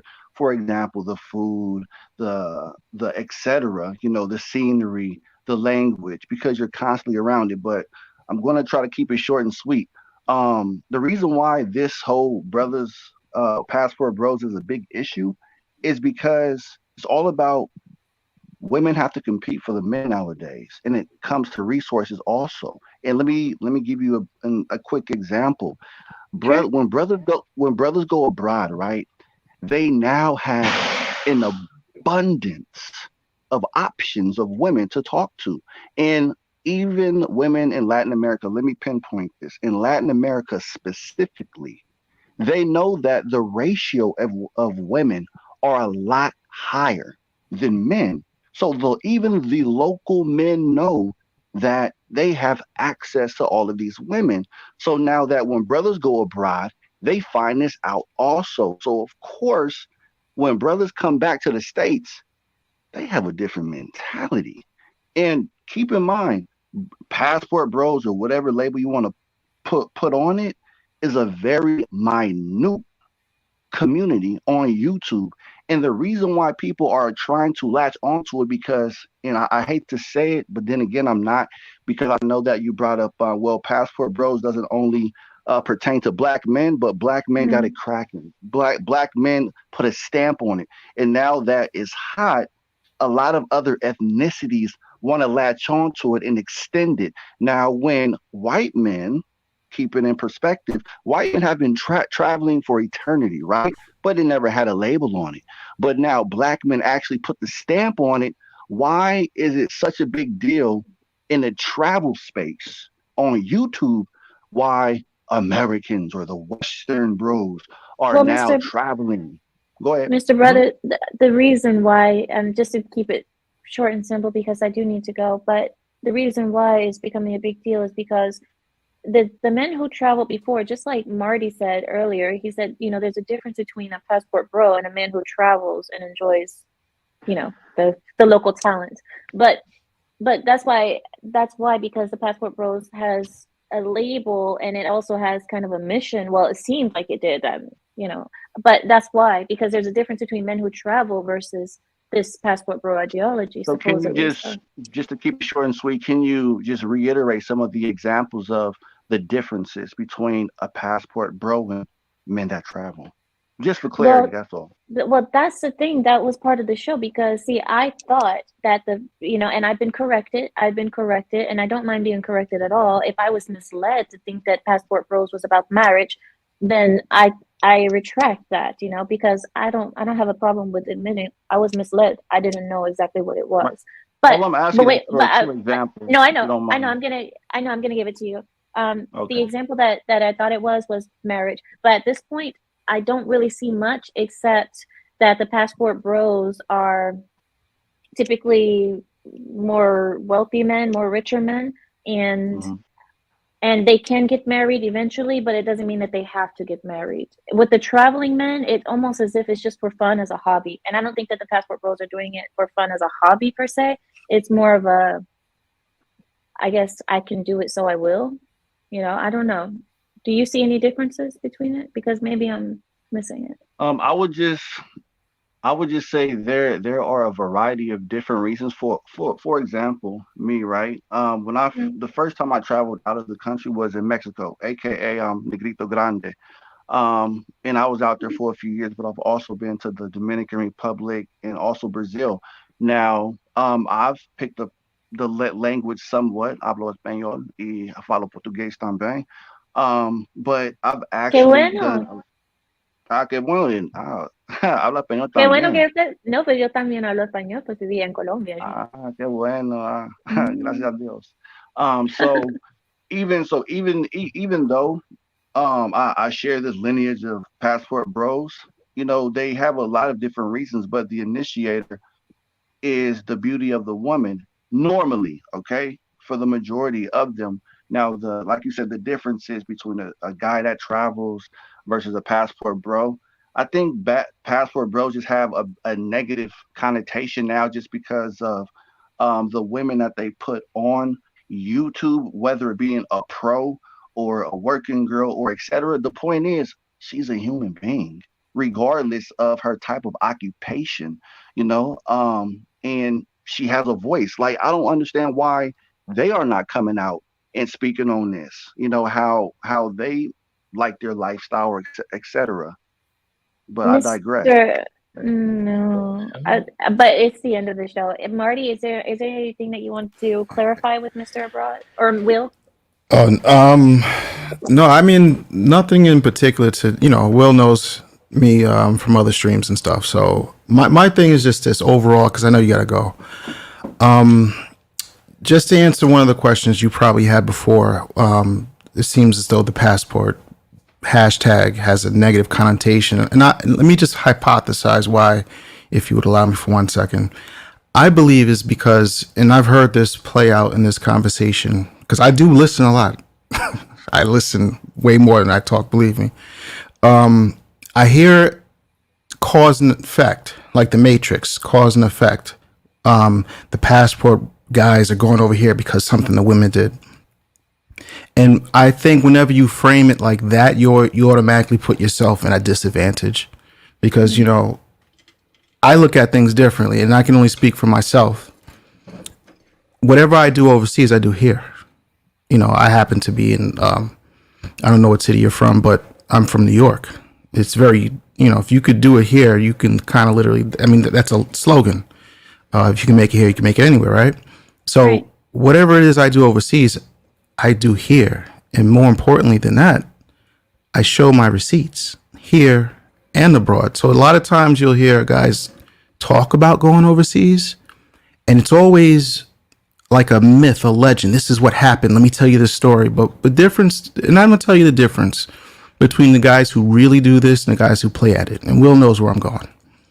The guys who really do this actually have documentation, not to prove anything, but it's just a way of life. You see what I'm saying? Like if I deal with women, it is no different. And I'm not saying women are the same everywhere. That's not what I'm saying. But what I'm saying is a lot of time it's framed as these disgruntled guys. That's a word I heard somebody use here earlier. You have these disgruntled guys that can't take it here, so therefore they have to go here. And that's a point of weakness if a guy is operating like that. What I tend to look at it like, I have the option to go here or go there, just like you have an option to have an Amex card as opposed to a Sapphire card. You go wherever it works for you. And if that means over here, by golly, that's where I'm going to go. Because Right. I've worked hard enough to do what I want to do. And that is what a lot of people have contention with. The fact that you can move on your own say so, irregardless of what somebody thinks or is doing. If you notice with me or any of my streams or any of my content, it is never focused on what this person is doing over here. My whole thing is this is what I'm doing.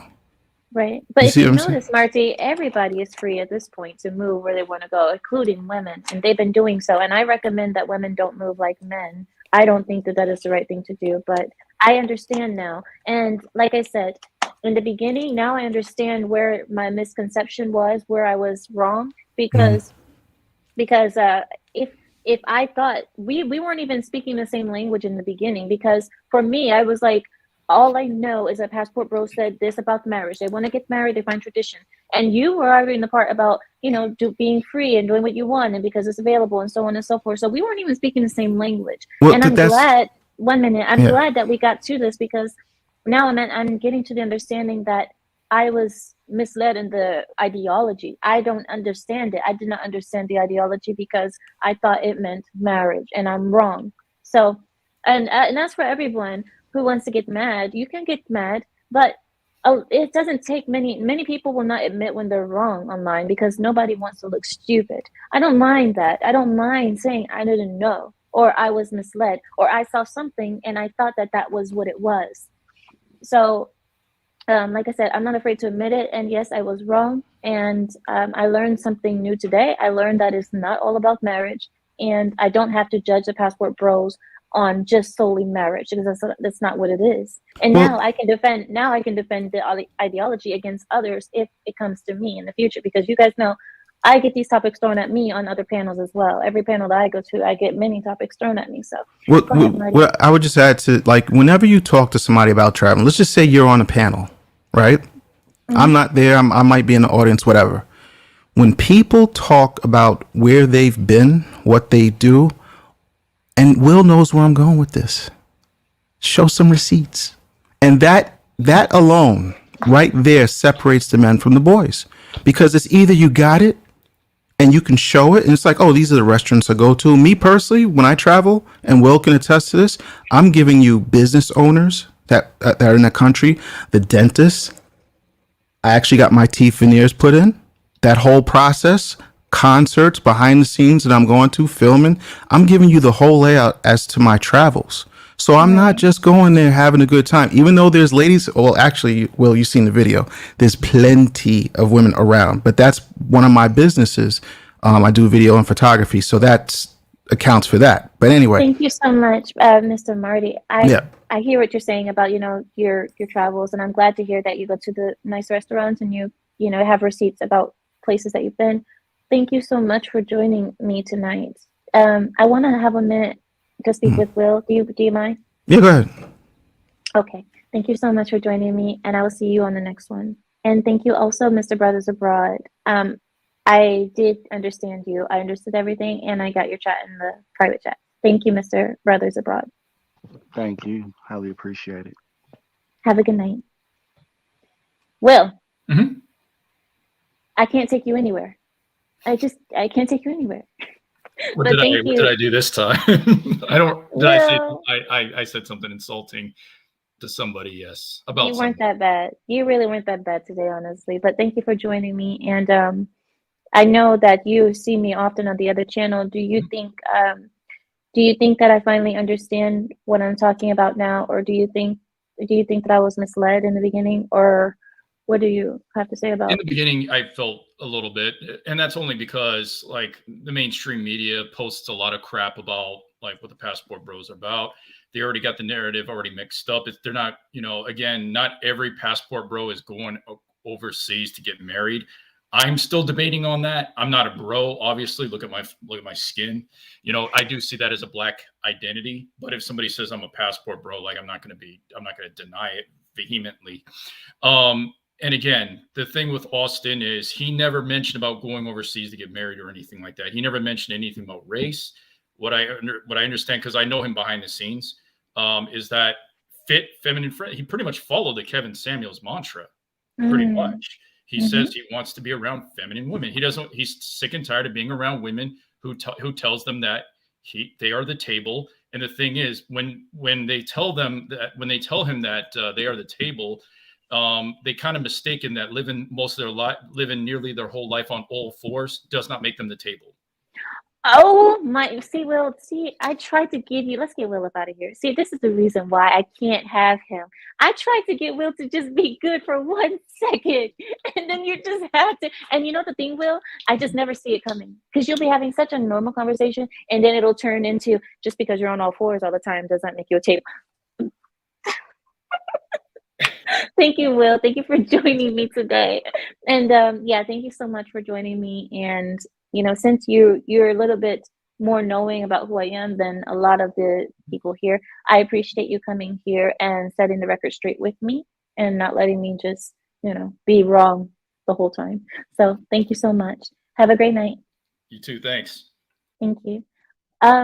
Guys, thank you guys so much for joining me today. Hey, look, sometimes you don't know everything. Sometimes there's a piece missing that you might not understand. Sometimes the internet lies. And honestly, what I saw on the internet was this, and this. I pulled out my articles. I pulled out everything to be thorough, hopefully assuming that I wouldn't be wrong. I don't want to be wrong. So, and now I see that some people, the passport bros, are out for marriage.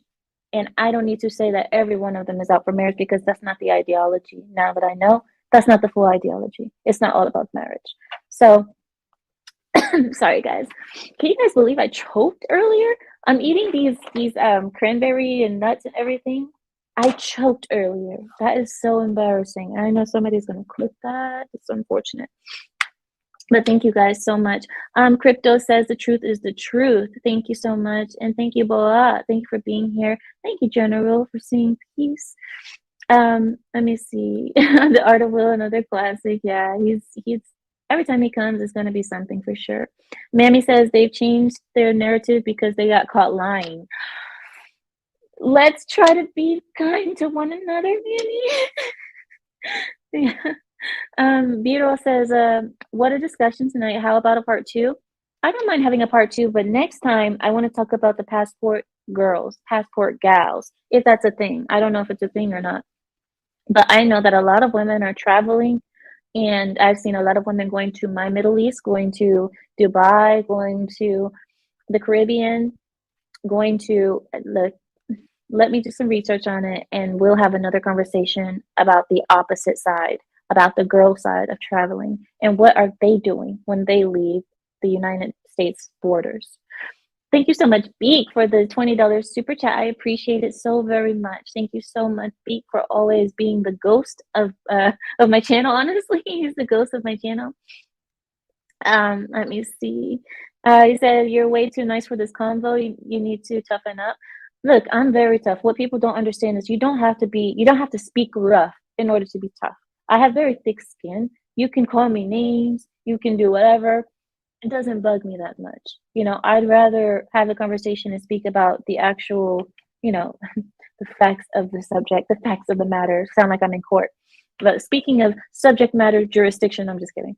But yeah, if we're actually speaking about the thing, I don't mind. I don't mind. And I'm not sensitive. I may look kind, or maybe my voice isn't as deep as some other women's, but make no mistake, I'm not weak at all. I'm not weak, and nothing really gets to me.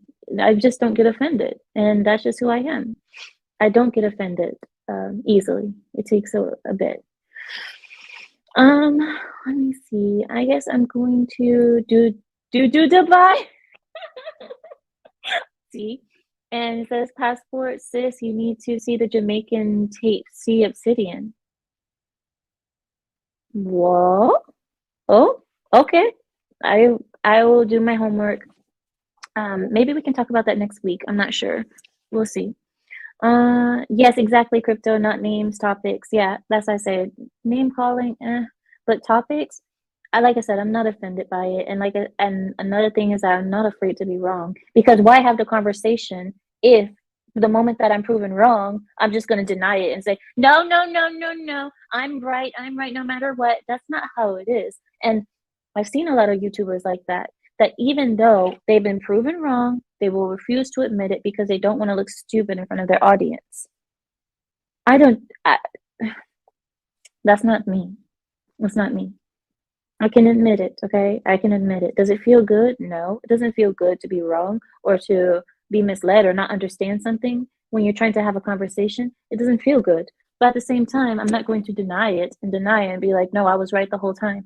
No, I was misled because, like I said, what I saw was people putting a hashtag passport bros next to them, claiming that they're passport bros, and doing other things that is not passport bro ideology.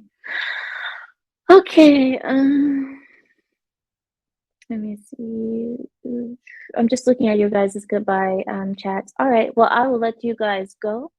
I will let you guys go. Have a great night, or have a great week, actually. It's Sunday night. Have a great week, guys. The springtime is here. The weather is warming up. It feels good.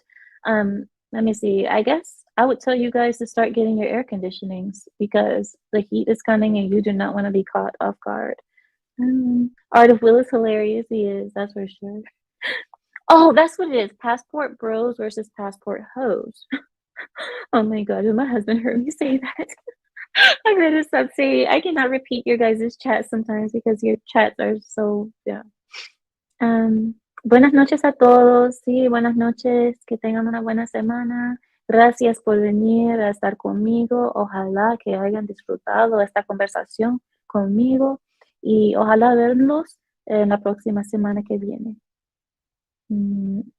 Thank you guys. And I will see you guys next week. Have a great week. And with that, I yield my time. Bye-bye.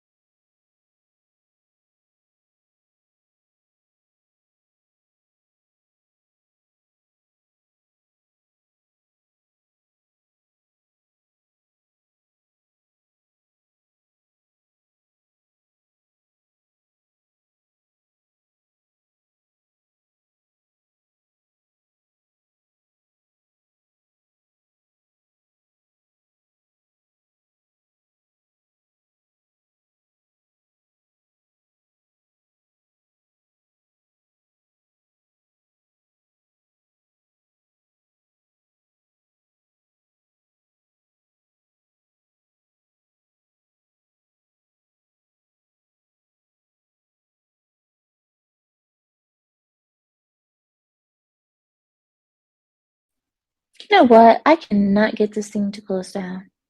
Oh well. C'est la vie. I think everybody went to sleep, so that means that this live stream is going to be going on until the morning. Well then, if you guys want to have an after party, you guys want to have an after party with me since we can't turn it off? What? There were 5 ad breaks in the stream? What? YouTube is getting so greedy with the ads, cutting off the ads and stuff. They're getting so greedy. You can't even watch a live show without it being...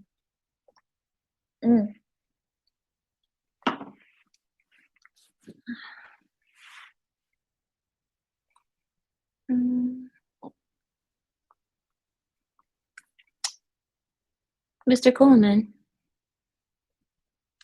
Mr. Coleman? Are you sleeping, sir? I think he's sleeping. Mr. Coleman. He's sleeping. You doing overtime? No, not really. I'm just trying to figure out what I'm gonna do with the shutting down of this because JR is asleep. I think that's why he came in. Do you guys remember when he came in like 40 minutes ago? I think he was trying to say that he was getting sleepy. But exactly, David, I think he's asleep. Yeah, I'm still live. I'm not trying to be live. I'm trying to go. But I don't want to just leave it open like this because, next live stream, I don't know. I know Sundays I will be here, but Saturdays I usually do it on my channel. But I want to start doing more live streams. I have so many topics now. I have so many things that I want to speak about. Yeah, just you and I. We're going to have very intimate time here, you guys. We can just be intimate and just talk. If you guys want to, I have a few minutes left. I mean, I have a few minutes to just relax with you guys. Let's just hope I don't choke on these nuts again. That's the worst thing that can happen to you on a show. Sitting there thinking you look nice and start choking on nuts. Great. But these are the nuts and berries mix. They're so good. Choose your favorite songs to sing. I don't sing. I'm not a singer. I sung one time. Well, me and my husband were just relaxing, yeah. I started singing randomly. He slapped me. He slapped me. I was like, why'd you slap me? He said, I thought something was wrong with you. Yeah, I'm really bad. Water helps, yeah. Well, that's why I brought water to help with that. Mr. Renegade says, let's be really controversial. I'm not trying to be controversial. I'm really not trying to. I just want to have the conversations honestly. I just want us to speak like we would if we were together. Like if we were all together in a room, we would talk, the way we talk. And the thing is, I'm not trying to be controversial on purpose. It's just everything I do just seems to be controversial. And I just want to have a conversation, That's what I thought the internet was for. So we can be, we can interact with each other, with fellow humanity, and be honest and speak like normal. That obviously that's not what it's for. I'm supposed to fake something. I'm supposed to, be politically correct and be kind and be sweet and don't hurt anyone's feelings. And you're never going to get everyone to like you. Never. No matter what you do.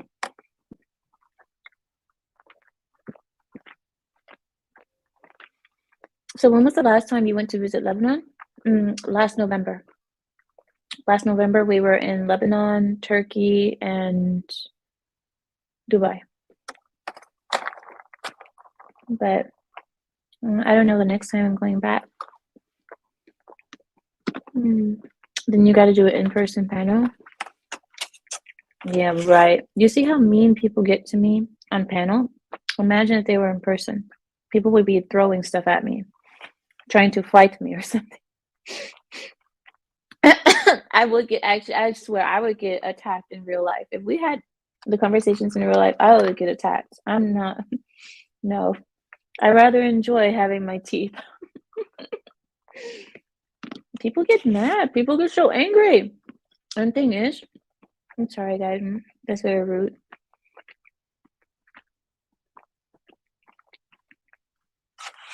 The thing is, most of the time I'm speaking in general, yet people take things very personal. When will we get a ASMR live from you? Never. What? Why would I do that? Never. David, girl, that's not what it's for. This, the Will West out there. Oh, Wild West. Yeah, I see that.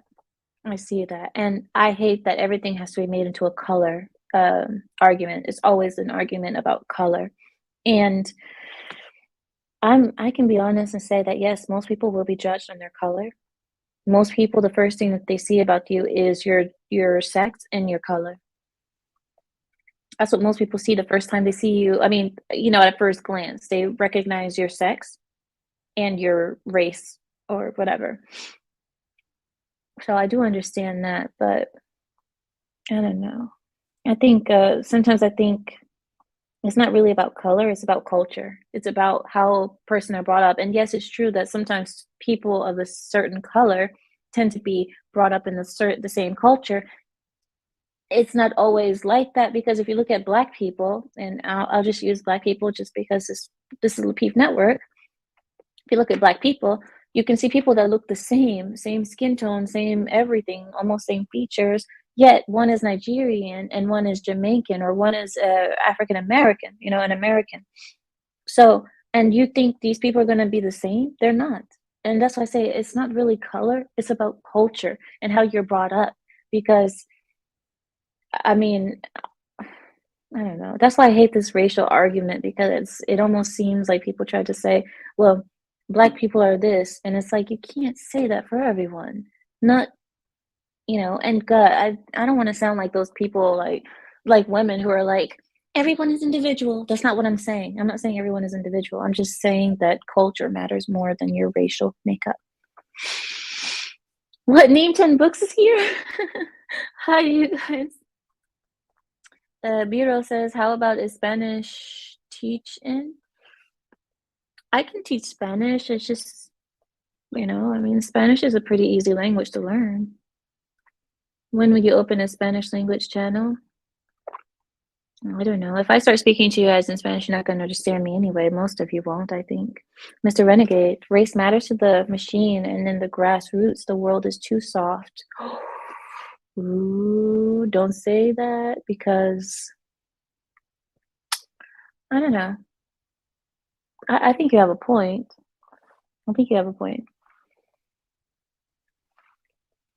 Oh, that's true, Barry. That's true. Me and Lou Castley have an idea that we're going to do some Spanish conversations, and we're going to start teaching Spanish on her channel. She wants to teach Spanish for some reason. I can help you guys right now a little bit here. If Spanish is a very easy language to learn. A lot of the Spanish words are just English words with an O or an A at the end of them. I'll give you an example. Cup. Just a cup. Copa. Cup, copa. It's the same thing with an A at the end. Telephone. Teléfono. Telephone, teléfono. Computer. Computadora. I mean, honestly, there's just so many words that are just that easy. It's just you have to have the tongue for it. You change the way you pronunciate and add an A or an O at the end.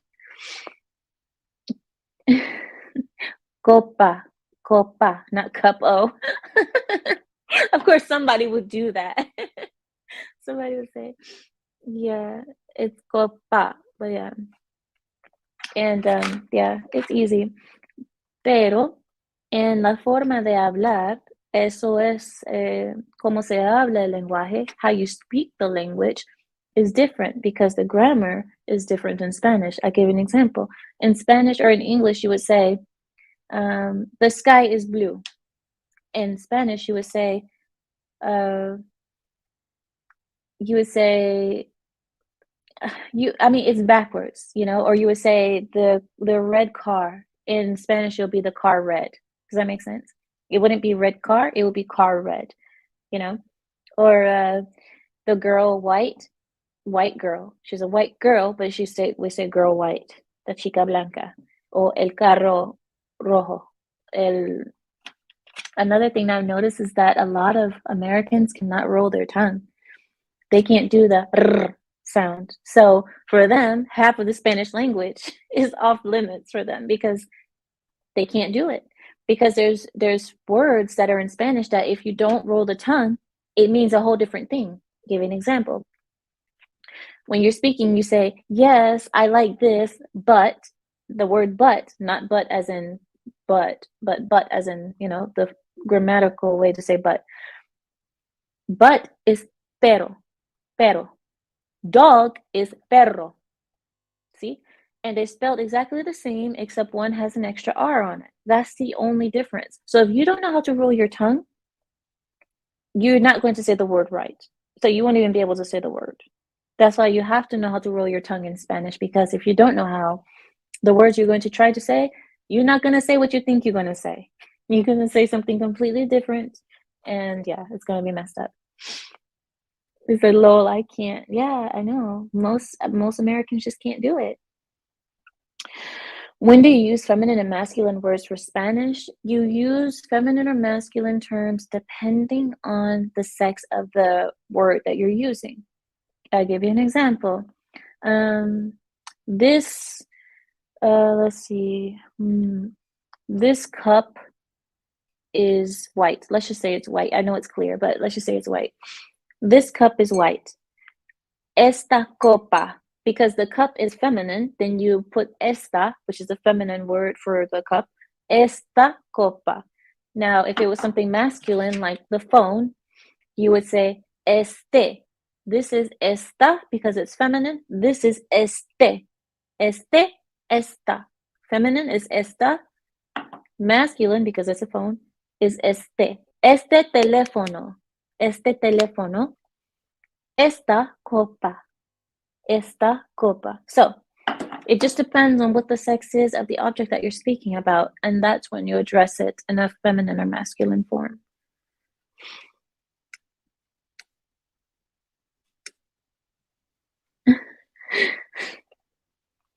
Some people can't trill their tongue for some reason. That could be an effect of them learning the language. I don't know what that means. I'm sorry. There you go. El niño, la niña. Yeah. And if you would say this boy, this girl, you would say este niño, esta niña. That is a masculine and feminine form. And this is why all this gender bending in the United States, all of this, men and women don't exist, and, you can be a man tomorrow and be a woman, today. This is why this will never pass in other countries, because in most languages that aren't English, we have masculine and feminine in our language. Even in Arabic, we have it too. So even you see my name is Ameera. Ameera, for the masculine form of my name is Amir. Amir is the masculine of my name, and Ameera is the feminine. So all this gender bending and sex doesn't exist is not going to fly in other countries, because sex is too ingrained in our language, our cultures, and all that. Yes, Dex, it means this. It means this. Gender bending, exactly. Wouldn't a pistola be a masculine object? No, it's not. Pistola is feminine. Pistola. It depends on the type, because there are other type of here, I'm trying to think. It depends on the weapon. There are other things that are masculine. Just because it's a weapon doesn't automatically make it masculine. Does that make sense? Just like the moon is feminine, the sun is masculine. El sol, la luna. I know people think, if it's something that I assume has to do with boys, then it has to be masculine. That's not the case. Not in language, that's not the case. Yeah, exactly. Well, I'm gonna let you guys go now, because I see that they're not coming. And I think there's no way for me to shut it down because I don't have the full control over it. So there's nothing I can do. I guess I'm just going to have to let it play all night. We're going to have a 12-hour stream from nowhere. But yeah, I guess it is what it is. I did my best. But yeah, I'll see you guys next week though. My face is so oily. I look so tired. I am tired. But yeah, have a good night, everyone. I will see you guys next week. And yeah, this thing is going to keep rolling and nothing I can do about it. So you guys go. Don't worry. There's nothing happening here. All right, guys. Have a good night. Bye-bye.